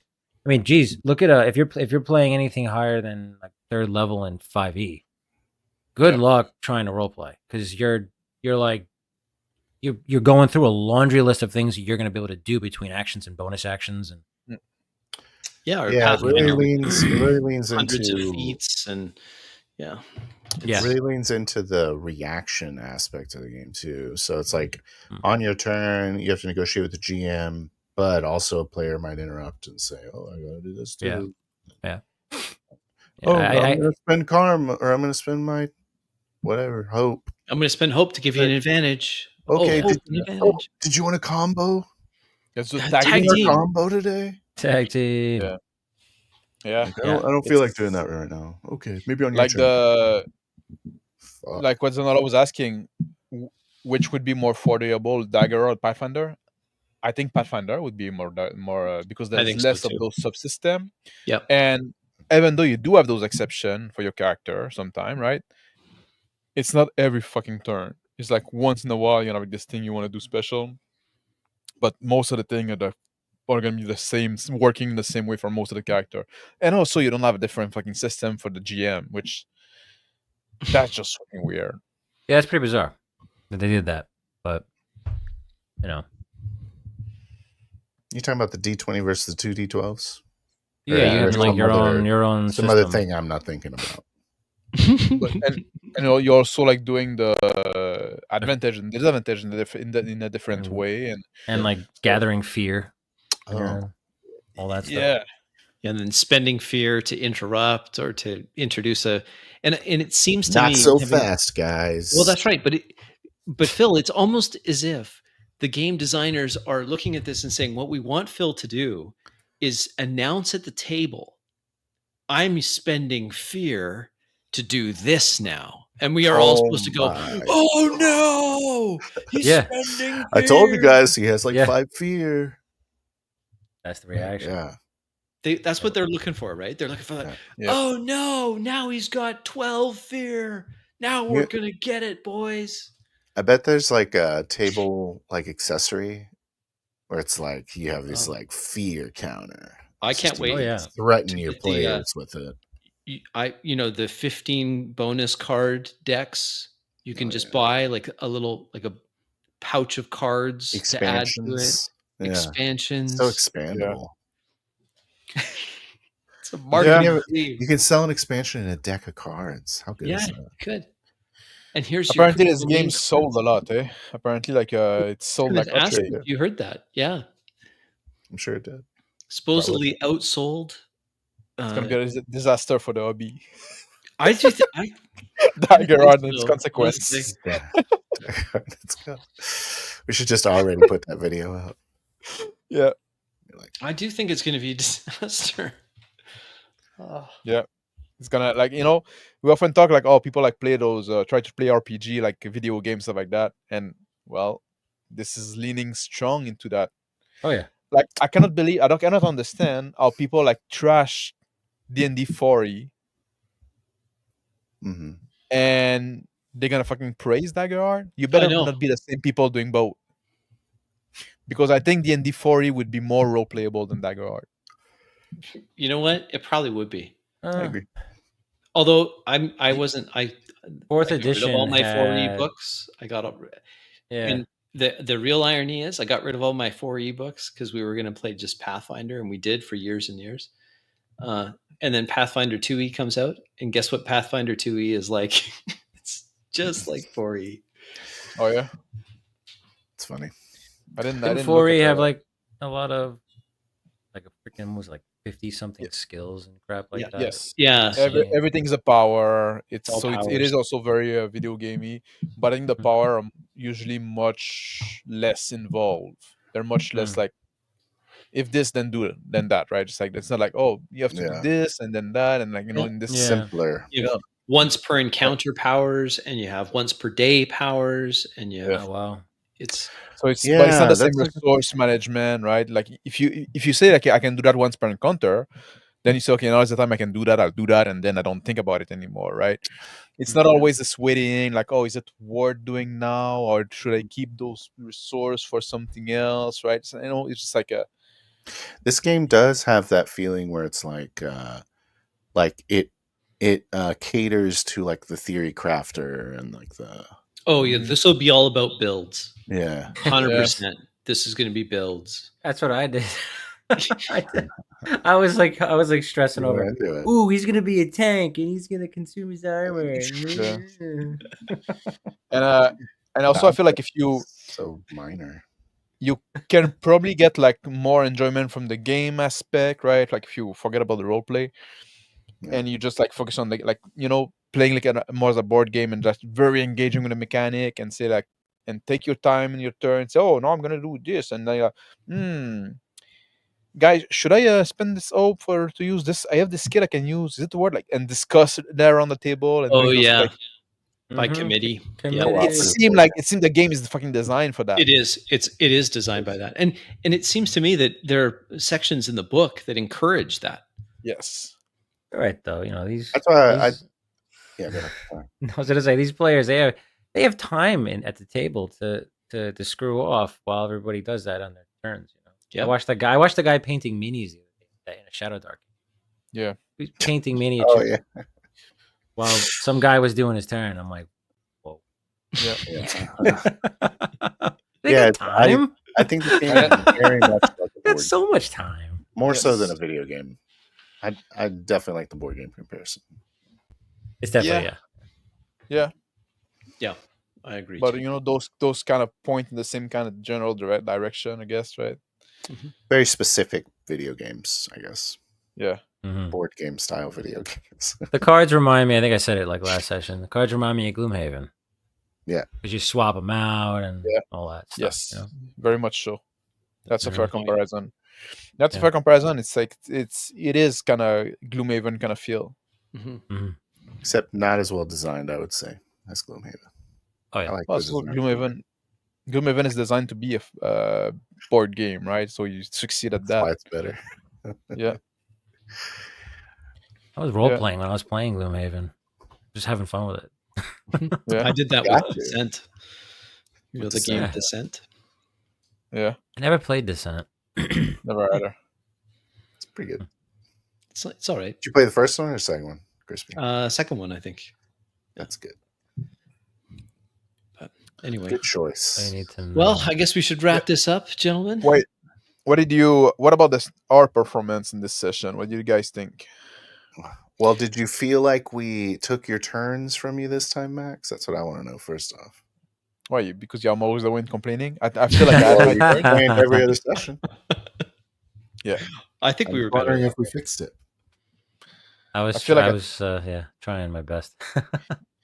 I feel like did I it took my once. I turn. interrupted once, but it's only because I thought it was done, but then I was like, "Oh, Yeah. sorry," because he rolled, and I'm like, "Okay, he rolled," and it was, but then he described the roll afterwards. I was like, "Oh, Yeah. okay, that was me." I might have did it too. And there was one point where like I referred to Thulgrim in the third person. I was like, "What the shit did I just do?" I was like, What'd you do, Kingmaker? I do this, not Thulgrim. I know. So I do like those pregnant pause. So sometimes like I know it's a bit difficult. I'm sorry. I wish I didn't have to do that, but I guess We talked about it last time though. We're like learning everybody's styles of how they deliver, right? There's And this I time now in the- get yours. There's this time in the game where you said, and I take a pause. And I was just like, is he going to continue? And everyone just was like quiet, looking at it. And then I was like, okay, let's move. but that's okay. That's the thing. I feel like I had my turns. Yeah. I don't feel like I've been skipped over in this game, but that like I feel like oftentimes I try to take short turns, like single action, simple action, right? And then like you guys sometimes do much more, right? So it's kind of unbalanced, and then like it come back to me and like, well, I was like grabbing the wall, and then like you fucking went off down the thing and saw a dragon and all shit like that. I say like, well, I didn't move. I'm still with my hand on the wall. So I did. there's that as Yeah. well, and because of that, like I feel like I'm incentivized when come my turn to also do a lot, because otherwise I end up like, and like I said, like with this character, I seen this character as like very slow and very like pondering, right, and taking time and kind of in a graceful osmosis manner, right? Well, if you're putting your hand on the wall, you're not moving. Yeah. Like if people are moving and you're putting your hand on the wall, then they're going ahead of you, right? Yeah, they're going ahead of me, but by how much, right? By how much before I have time? Like when I know they're stopping, they're doing something. I go put my hand on the wall, and then like they have time to go all the way down before I get to say, oh, okay, I'm gonna follow along, right? Just like, Dude, I felt like I gave you oh, guys a shitload of time to get Yeah. shit done. Like yeah, when yeah. you're traveling down tunnels, I was like, okay, 4 turns have gone. You're in a tunnel. Mhm. Like eventually, you got to get to the end of the fucking tunnel. I'm sorry, your hand's on the wall. Yes. No. It's not. I'm gonna tell you I'm at not. the end. No, I'm not. I don't think you did wrong there, Okay. Phil. And I'm not saying that you guys are doing wrong either. I guess like doesn't mean I'm right, right? Just like just like it's just I think that I like it's a consideration, right? Yeah. It is a If we consideration. if you want to do like those turn when you achieve a lot, like I'm an advocate of like do less in a turn, take shorter turn, right? And also like not everything has to be like super deeply described. Sometimes like No. because that Excessive anchoring is not good. yeah that prolongs turn needlessly. So like I'm an advocate of like do less in a turn and take more turn, right? At some point, and then like everybody has time to react and be like, because otherwise like you kind of get locked in. You cannot have like those like small motion, those small action that can tell a lot, and be reactive because like, oh, now like by the time like I look down at my feet, you Right, went but out like feet ahead and Kitty at open what the corner. time? door. At what time are we all congregating at a door? You know what I mean? Like at some point, At some point, somebody's you gotta gonna. move the shit forward here. Yeah. That's why I Well, was like, if there's no I'm door, there's going. nothing to open. You guys are just walking down a tunnel. I have to put something at the end Yeah. of the tunnel. my first turn was too long. As I finished my first turn, I was like, that's way too long. And so I tried to cut them down from there. Good. It's still faster than what I was doing. I used to WASD on a fucking grid. While everybody's yeah. like, "Oh, we're role play moving," and it's like fucking WASD is this is terrible. So it's still faster. It's still, it's great. It really is. And like back to yeah, on like Roll20, right? Back to whether we're talking over one from playing with you guys for 3 games, and you guys mentioned it at the end of the last game, but I learned mannerisms and how you guys deliver to the point where now I think I felt more comfortable knowing when you were done. Yeah. I may or may not have screwed up, but I did feel better. No, and when I think you did better too. I think we all did better that way. And I think the difference was before we went live, we were like, we're going to go back round robin strict. Yeah. Kingmaker, Max, me, Kingmaker, Max, me. And we did a pretty good job of sticking with that. Like there was a few times where we didn't, but most of the time it was that. I think we did good.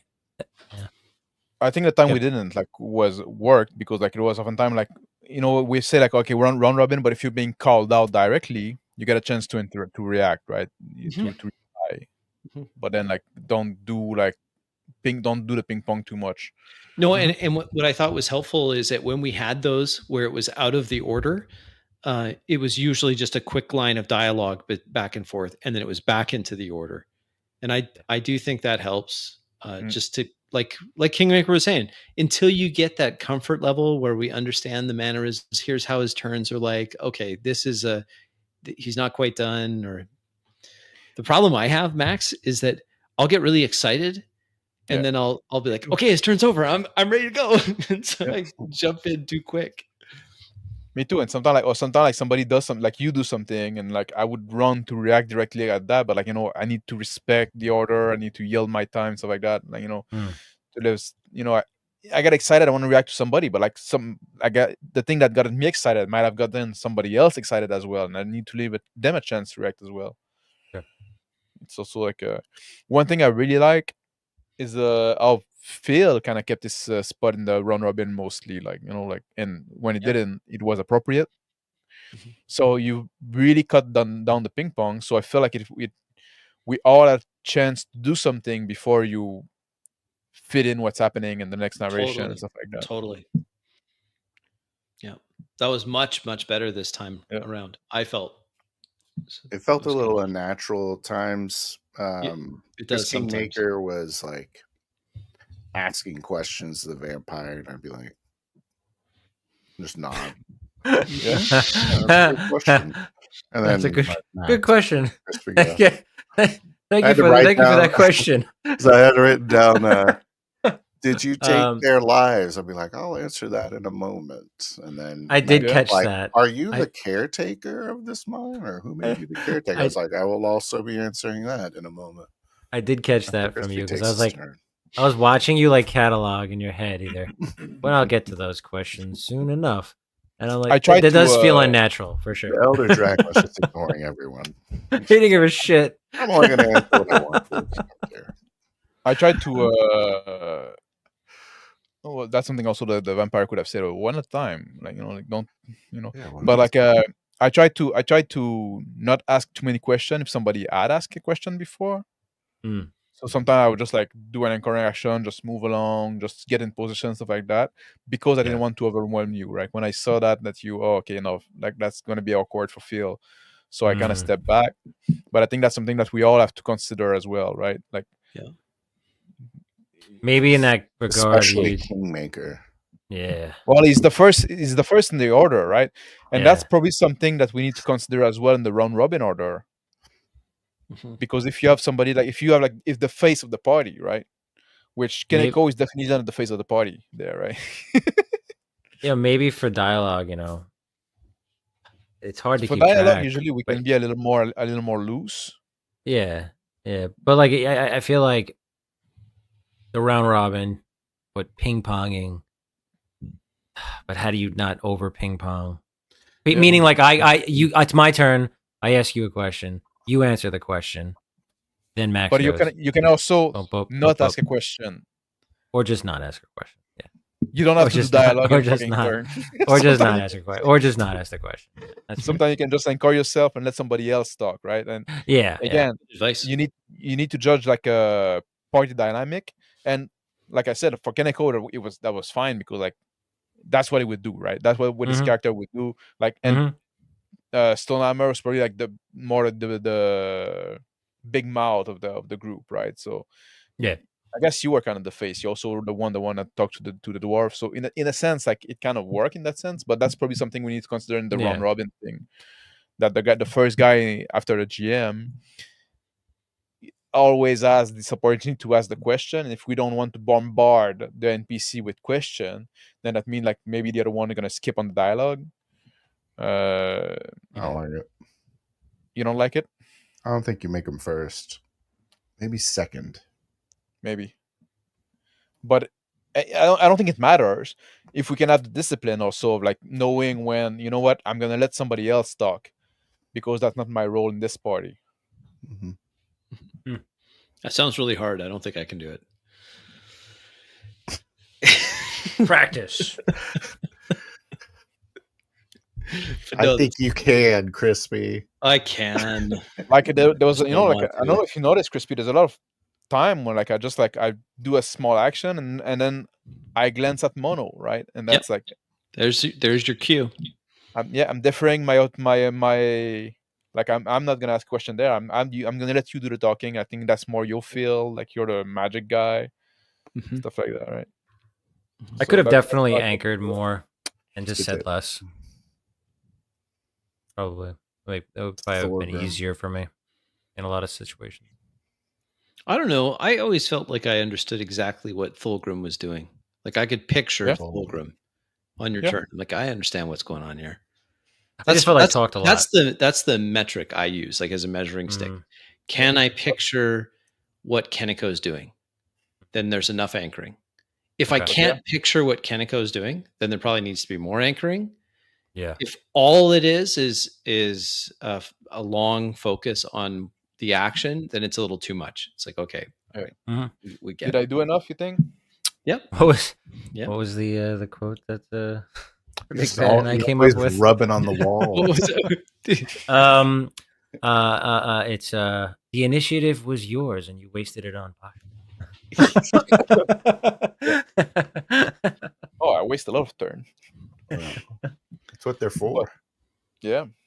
Well, they're for character development, right? Character. I like, mean, you're a cat. You got to waste Yeah. all kinds of time. Well, I did like how Max did that periodically. He'd have a turn where he's distracted. It's like a cat would get distracted by the lights or the gem, something shiny. And I thought that was kind of cool. But I would say that it's probably a good practice to vary the length of your turns so that sometimes you have a short turn, just really quick. And other turns it's a little longer. And I agree. It's probably better practice to always try to take shorter turns. Yeah, shorter should be the rule, but every so if often, if you find yourself, it's like maybe I should take a shorter turn. The answer is yes. Yes, you should, because in general turns are too long. But and I think you shouldn't be afraid to have like a short turn, like a turn like you're not doing anything useful, but what you're doing, which is useful, is like defining your character. What's the shortest turn, Max? I glance. I stare blankly in the void. Mm-hmm. I shake my head. That's I shake my head. Yeah. I'm in a tunnel, looking around. I put my hand in my pocket and lean against the wall. Yeah. There. Yeah. So there you go. Are we gonna do like a shotgun one-shot session where we all just do like short half-second turns? No, the only thing I'd say about it is that that's every turn that's is fucking short, interesting. Jarring. It can be jarring and unnatural if every turn is that like 3 sentences. It'd be really jarring, actually. Like that'd be like fucking fast paced as hell. Yeah. Well, it would, but I'm not sure it may be fast paced, but I'm not sure that it'll feel like there's a lot of motion. Like there's not. It's all just quick. But Is it going to be fast where nothing happens, or is it just a lot of turns with not a lot of like nothing advancing? Like there's not. It would have to be very proactive actions that are short. Everyone's leaning on a wall. Everyone's leaning on a wall, looking out the window. Yeah. No, but it can be like we should definitely try this. What we're talking about. We should definitely try it. We'll have to try. I step toward the guy. Yep. I go right into his face. That's Yep. it. That's your turn. Yep. I move right to his face. Next turn, I punch him in the jaw. Works. Crispy, if there's actions happening, yeah. I came up with the un-PC system. You ready? Yep. Basically, easier D6 TM, but basically, it makes it so that there's no character creation. Okay. You just have a concept, and then you get a boon if you think you should. And you get 3 karma and a hero die. Huh. There you go. Stop worrying about it. Don't worry about it. The reason I like you getting rid of the class. I like the heroic paths though. Well, you have a concept. You'd be like, I'm a rogue. Okay, you have boon on rogue shit. Okay. I do like the abilities in those heroic paths. Yeah, because you lose all the fancy like them abilities. Yeah. Yeah. Shadow Dark has a this for no prep challenge. Yeah, but Shadow Dark has a level 0 system. Yeah. Which is like kind of DCC? Kind of similar to that, where you basically you're not even a class, you're just a dude with stats, and if you survive, you level 1 kind of deal. Funnel. Oh, there was something I wanted to say. Sorry, and I'm gonna say like it's a bit past now, but I still want to say it. Like about like the talking too much, right? sometimes it's appropriate for sometimes it's appropriate for some character that they're gonna talk too much. If that's the character, that's the character, right? So it's also something to consider. That's I true. certainly had character that would talk a lot, and sometimes I try to play character that don't talk much. Well, maybe you are playing a character that's when they're nervous, they start getting chatty, and it's how they show that they're under stress. Well, you talked about you could tell where people are and what they're doing, Crispy. Yeah. Could you tell what the environment was doing? Was there The only good thing, yes, things going on I there? had some difficulty at first in this session with the mist and Yeah. the vampire, and so I was Yeah. trying to picture that. I'm like, okay, is he completely invisible? Is he hiding in the mist? And that's why I did this whole. I'm looking for magical auras to see if I can spot him. Yeah. That Yeah, was the only part where I wasn't really clear. Everything other than that, I could picture. I decided to make it misty, Mhm. and he goes into there. Yeah. I don't know why I felt like I should make it ambiguous because it's so misty and imperfect. That was More. because I Bad tried idea. to strike on the mist, but then he's still biting on, and I said, wait, is he not mist now? But again, Oh, he's misty. Mhm. but he was still biting. Neck. He was still physical enough to bite and grab the Torgrim. Torgrim had a lot of What? bites. That was the only part that I was a little confused on. What I When did really that liked happen? What are you talking was your about? dragon lair with the chains and the little Yeah. alchemical lab thing. And then you described the dragon just stomping it flat, and the chain and rattling the chains, and I thought that was cool. Nice. I got that. I like when he blasted the freaking up. Oh and yeah, that was around. cool too. Very cinematic. I loved it. I was like, shield up. I'm glad you put your shield up, by the way. I love when people Yes. react to environmental things like that. I felt the ice hitting me, man. Felt it. I felt it. It's like a rain. I did. Yeah. Sometimes I didn't react to those things because I tried to restrain myself if somebody else react, so we don't all just not slow down the pace. I just The rock fall from the sky. So when somebody said, "Oh, I'm trying to go dodge and go," Yeah. well, then okay, somebody reacted. As long as somebody reacted, I'm not gonna add to it, right? I'm not gonna try to overdo them in reaction. Yeah, that's a good point. I get it. There's a tornado here. Yeah. Yeah. Yeah. I just like the for me the whole physical gets me into the environment in my head. Even if I don't say anything and I just move. You know? Or, Do you think that, Max, that maybe when there's a bunch of longer turns going on, you just take a longer turn once in a while and it's not so bad? I try that. I did sometime. Mm-hmm. So yeah. When he put the tea set away, that was a longer turn. Yeah. I was trying to catch up, or when I went along and then I went and I look at the alchemy set, right? Yeah. Grab the armor. That was a bit of a longer turn too. So Yes. sometimes if somebody else take a longer turn, I'm gonna try to catch up. And it's fine if I was doing my own thing and it wasn't interacting, but sometimes if I you went to do something and as soon as you would have started doing that, I would have reacted to that, right?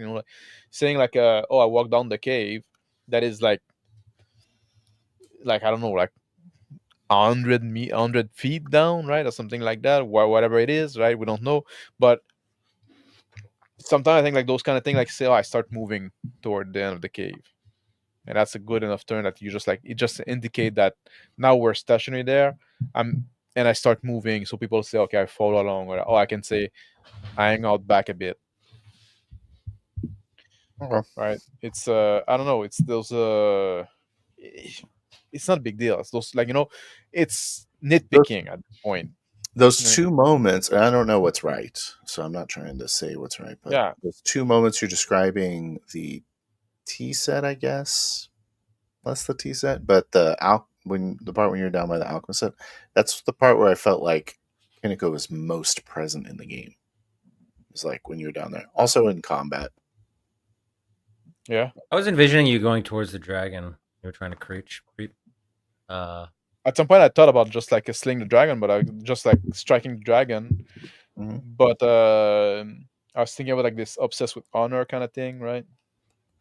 Yeah. Oh, the pendant was protection from the dragons. Oh, I figured that. I was just going to Breath take the weapon. chance. I was like, I'm just going to take the chance. Based on the dragon's reaction, that's what I was like, oh, I want to see how the dragon reacts. And when the dragon was instantly kind of dismissive, that's nothing. I'm like, okay, I'm going to put it on. I rolled a shit deception roll at the beginning, and I was like, I hope these guys notice that he's lying. So I'm glad you guys picked up on it right away. Good job. Thanks. So you feel like Kaneko was most present when he was doing the tea thing, and when he was doing the looking at the alchemy set. Yeah, and fighting. But that's pretty much most of the game. So my favorite part for Kaneko was with the hammer and the pipe. Yeah. 100%. And how he's like there and he just drops it and he picks it up. He's just kind of toying with the dragon a bit. I thought that was cool. I really like that. I guess the point of my question was, do you think it's appropriate to just match the other players? You know what I mean? Well, I know that it causes turnflation, but maybe there's a little happy medium in there where it's appropriate and better. But I think, like I said, like I'm not frustrated there, because, like I said, like one thing I was trying to do with this character, taking you out of it though, as far as like as a best practice is what I'm. Oh yeah, as a best practice, yes, but that is definitely the role to turnflation. Mm-hmm. Because if somebody else took a long turn and then say, well, I'm going to catch up and take a long turn as well, and then the next guy say, well, now I need to take a long turn because those two guys took a long turn, at some point the turn is going to get longer and longer and longer. Maybe there's like a it's almost to it, you know, where it's like, yes, okay, here's my long term. I'm gonna do 2 short turns, but I think in best practice it would almost be better if, like, oh, this guy just took a short turn, so I'm gonna do a short turn. I'm gonna try not to try not to go longer than what he did. Mm-hmm. We should definitely try the ultra short turn game. Yes, for sure. That'd be interesting, because you can always like cut off your turn, right? If you want to do like those two things, I want to move there and open the door, right? Mm-hmm. Well, just move there and you open the door on the next turn. If things didn't change, right? You can always like cut the turn in two.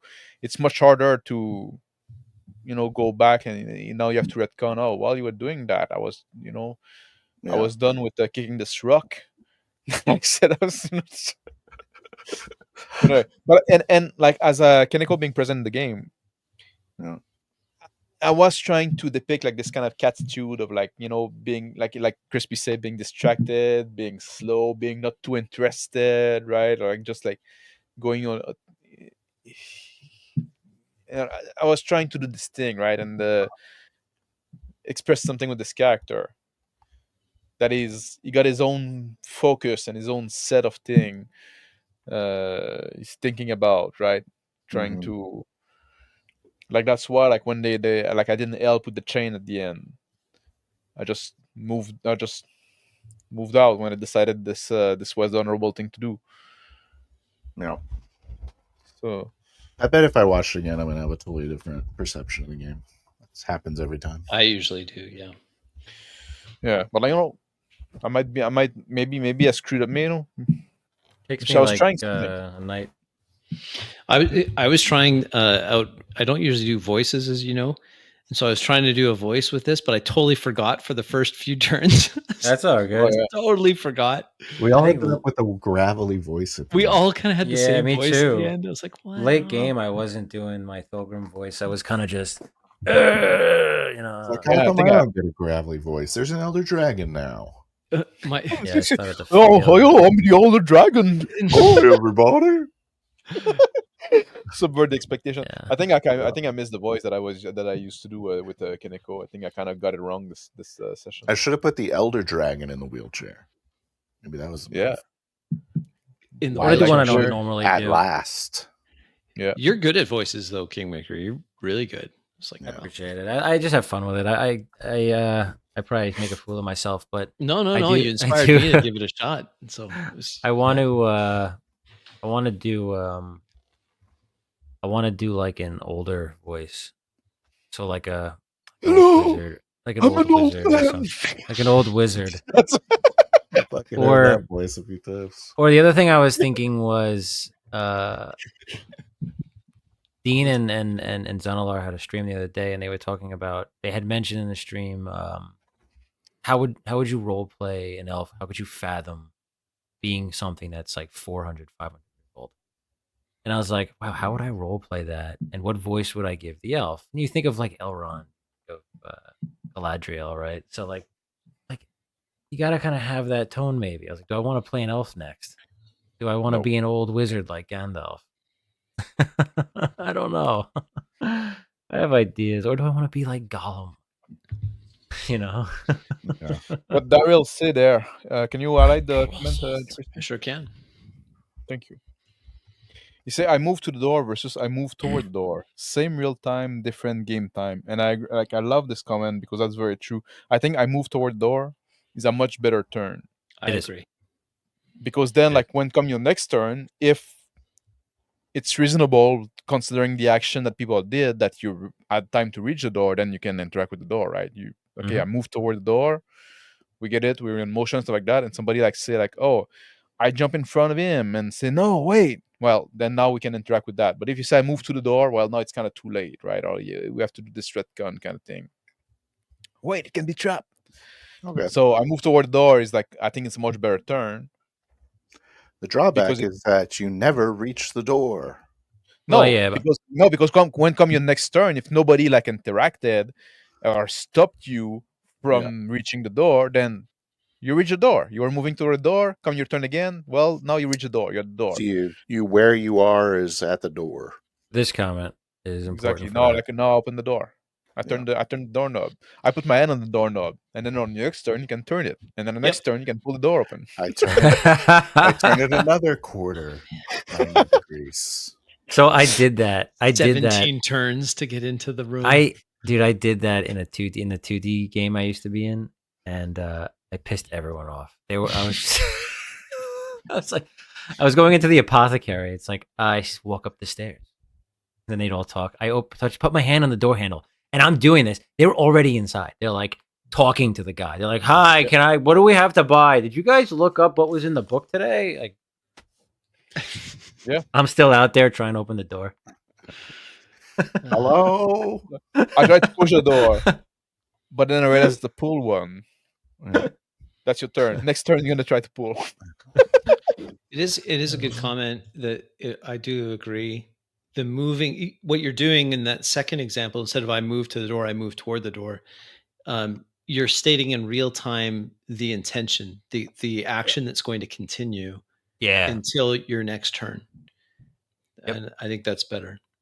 I move to the door, it assumes that it's already there. And it make the whole rest of the world on pause, right? Yep. Now it's like now you're back into like this turn-based tactic game in a sense, almost like, because like now like everybody's just there idling, and then now it's your turn to make your move, right? But also it helps you in your mind, right? I agree, but in reality, I'm really not picky like that. Yeah. No. It's like I said, the door means it's nuanced. But I think that's the thing. That's the thing. Like the better you're gonna get, if we want to still improve, we're gonna need to start nitpicking on those small little things.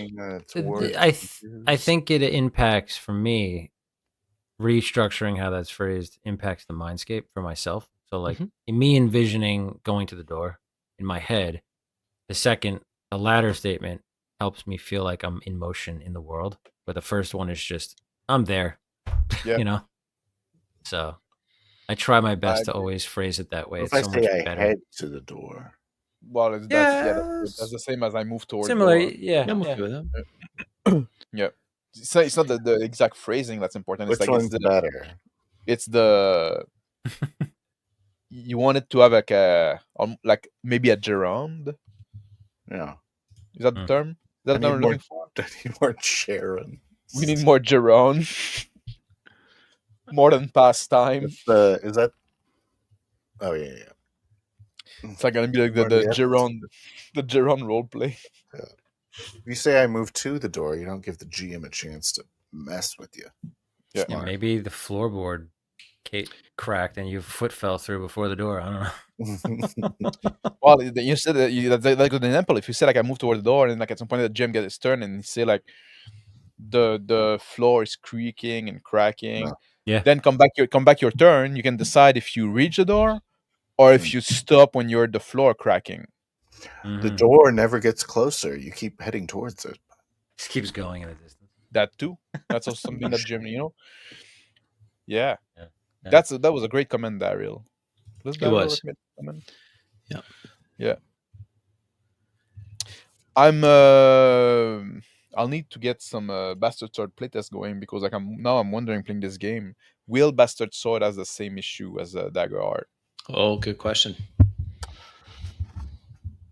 We'll have to Some try of it. some of the issues will be there, like the one you complained about, where it's like you have to think about your maneuvers. Yeah. It's definitely not Although something I think that I could do. although Why? the maneuver are not like specific per character. Yeah. So once you learn them, you don't have to Once you have relearn them, them for yeah. every character for your level and stuff like that. That's right. That's the reason why I did that already, right? I think that's why with Bastard Sword I'd advocate when you play Bastard Swords as a strategy tip for the players that you develop a fighting style where you Yes. favor certain maneuvers. I agree with that. Yeah. So you can do And it what- more organically and more responsively. And when you master the game more, you can start introducing more. But yes, they all there's a bit of a steep learning curve. But once you go over it, I'm hoping that it's gonna, I'm not keeping adding stuff to you, or I'm not Mm. keeping throwing stuff at you. Like the system is not the easier to get into, but if you can pass this hurdle, you should be good. You're not going to start selling decks of cards to people. And I hate supplement, and I'm not very money motivated, as you know. Other thing going on, Kingmaker, you're working on a Shadow Dark.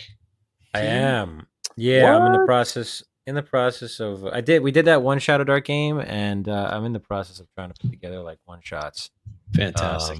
And Awesome. yeah, Big Bad and I have been kind of in secret going through like the motions out, not recording, just because I want to get better at mastering the GMing in the system. So before I run a game again next. So Nice. Oh. stay tuned. Stay yeah. tuned. That's coming up. I hope won't you. tell I anyone. hope you let us know next I time. will. Yes. Sorry, Well, if no, I yeah. took out a turn, Kingmaker. Please. No. We're gonna play. I think it's just been the last one I posted. It filled up pretty quick, and then the next one has literally just been like me discussing rules on the side, and then like the other night we were hanging out in Discord, and I was just like, 3 goblins charge you, scimitars raised, and he'd be like, I do this, I do that. We were just kind of like chilling, chatting, and just going through motions, just to kind of like get out the I quirks my and stuff. pants. Good practice. We were just doing that. Like, we were bullshitting on Discord, So, and it's helpful to do that, especially because like you could plan for so long, and then when you get into the game, you're like, all right, here we go. Versus like, okay, I've got this down. Like, Right. Yeah. I want it to be smooth. It's also like I'm a big believer. Also, like, you shouldn't put so much pressure on yourself. Like when you're jamming a game, right? You're like you're not there to impress your friend. You're there to play a game with your friend, right? So Correct. Yeah. Correct. I think that was the early stress that I had when I first started jamming, was trying to impress people, and way too much great text. Reading and reading and reading. Yeah, I should and like having more the of that. story that's so cool. What? I should do more of that. Try to be no. impressive. Just freaking. Nobody's impressed by that. What's really impressive is like Yeah. being able to, when you try to be cool, you never come up as cool. You never do, no. I mean, I remember Yeah. there were so many sessions that I would run early on when I first started jamming in 5e, and I would spend so much time poring over the campaign I was running and the dialogue and everything, and then like I'd finally get to do it, and I'd watch my players' faces as they were like, and and you're like, why did I even put any effort into this? So it's like that whole the whole thought of the GM is supposed to be putting on this freaking show I'm so glad that that's not the Yeah. case. Oh, Because that you're was there for the wrong it was reason. it was Driven. painful. Yeah. Yeah, it was That's something. painful early That's something on. I was thinking about. Like in Rick's stream this afternoon, he was like looking at the dungeon dude. Yeah, Is what it? to Yep. do in between turns. I did a reaction on that too. Yeah, you did a Mhm. reaction to that as well. And at some point, a guy talked like, say like, oh, don't try to steal the spotlight and stuff like that. And I think this is a symptom of people that are there for the wrong reason. They're there like they want to impress their friend and how cool or great a role player they are and stuff like that. But now like their goal is to be the MVP, right? Like be the guy that's gonna do everything and always be like doing the coolest actions like that. And you're pursuing the wrong goal for role play. Your goal should be to be in the mindset of your character, right?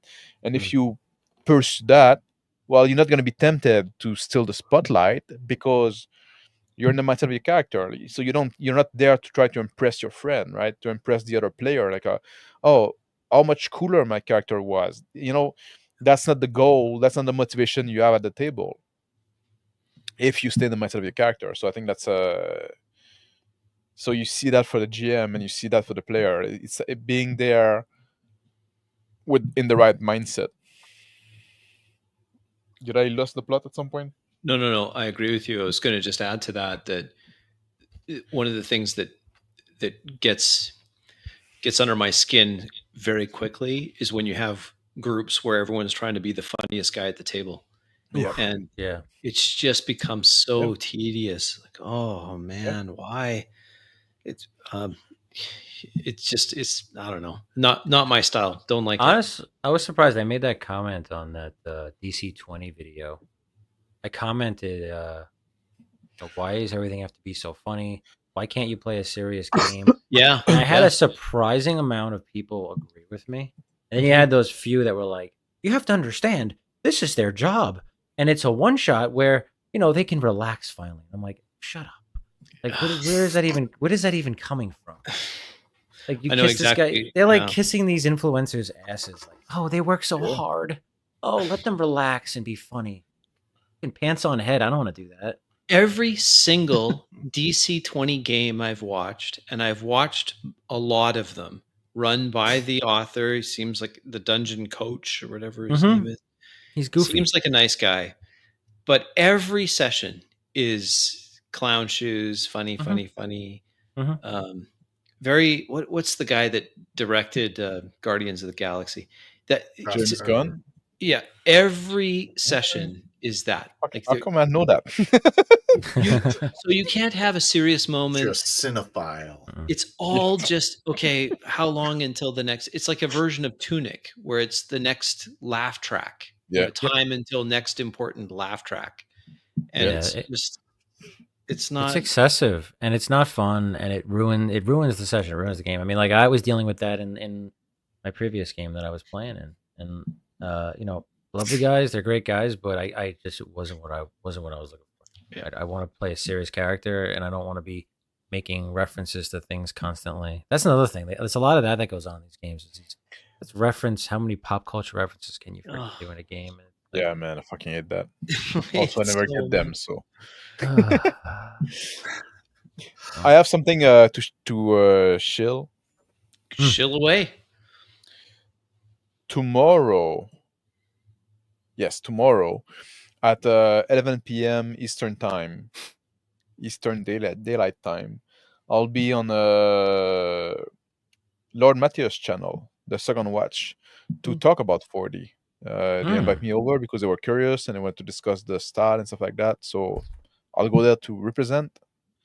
So Right I know it's a bit late, but if you want to come and watch, I'll be up. Yeah, why don't you? Will you have a link posted somewhere on your channel where we can? I'll post the link. Post I don't think that he created the stream yet, so I don't have like a link to post yet, right? But when I got it, I'll share it. Cool. Yeah. That sounds great. Yeah. Awesome. I do have the link. No, fucking lie. He did create it. So yeah, I do have the link. Yeah, I put that in the private chat, and then you can post it in the public chat. I will. Let me do that. There it is. Awesome. So if you can go there, subscribe to Matthias, ring the bell or whatever you want to do, or just keep it. And you see, even say there my name, Reaction Principal Gaming with Mr. Max Boivin, and my logo. Perfect. Oh, I've seen this guy's channel before. Yeah, There we okay. go. There, Okay, I awesome, think it's awesome. showing. Let me just make sure. Post it there too. Very So cool. exciting. That's great. Upcoming. There we go. Notify me. That's good. Awesome. Phil, anything you want to shill? No. Phil the shill? Fill the show. There's nothing I would like to show. Not even Rumble? Go Are to you on Rumble right now?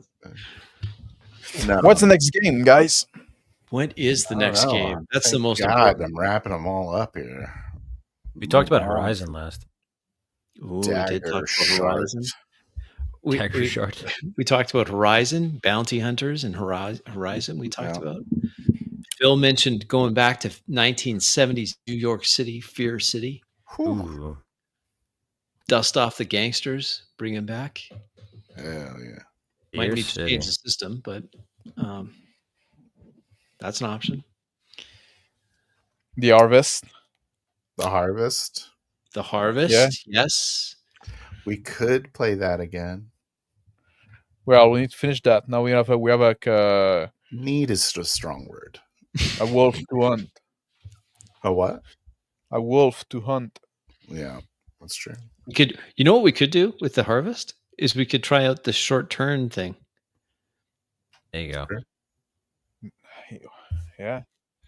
Do that like I don't know why I see that like as a modern kind of like it will work well in a modern kind of thing Probably would. because I think because like we understand the modern world and stuff like that, like contemporary stuff, so there's less exposition. Be better in Fear City. Yeah, maybe. Yeah, I don't want to do that. but also you need character that won't be like a big mouth, right? I'd rather just do one shot. But yeah, One one shot. shots. Yeah. Anyway, we can talk about it, but like I'm partial to finishing the Harvest. I want to go back to that, and yeah, Okay. that's my Well, vote. Cool that we finished Daggerheart, though. We did it. We did it. Yeah, No. it's a shame because like I like this character I was playing in that there, Kaneko. I thought he was a fun character to play. Samurai Cat, what's not to love? You know, he could be imported into other systems if you had. Yeah, just making the You know, what's the name of the Zatoichi of fantasy role playing games? The blind swordsman. Zatoichi. Zatoichi, sure. Is that his name? No, wait. Did you say I don't know. You seem so confident when you corrected me. No, maybe you were right though. I forgot now. I got I got a blank. I don't know. But let's end our stream. yeah. Good All talking right. to y'all. Yeah, See you thanks guys. for joining us, everyone that watched us live. Those that catch it on the replay, this was us trying a role play heavy Daggerheart, giving our thoughts on the system, and just having a good time together as a bunch of crazy, degenerate role players, which we are. So thanks for that. Until next time, we'll catch us. We'll be back soon, I'm sure. God bless Thanks, y'all. guys. Thanks, guys. Take care, guys.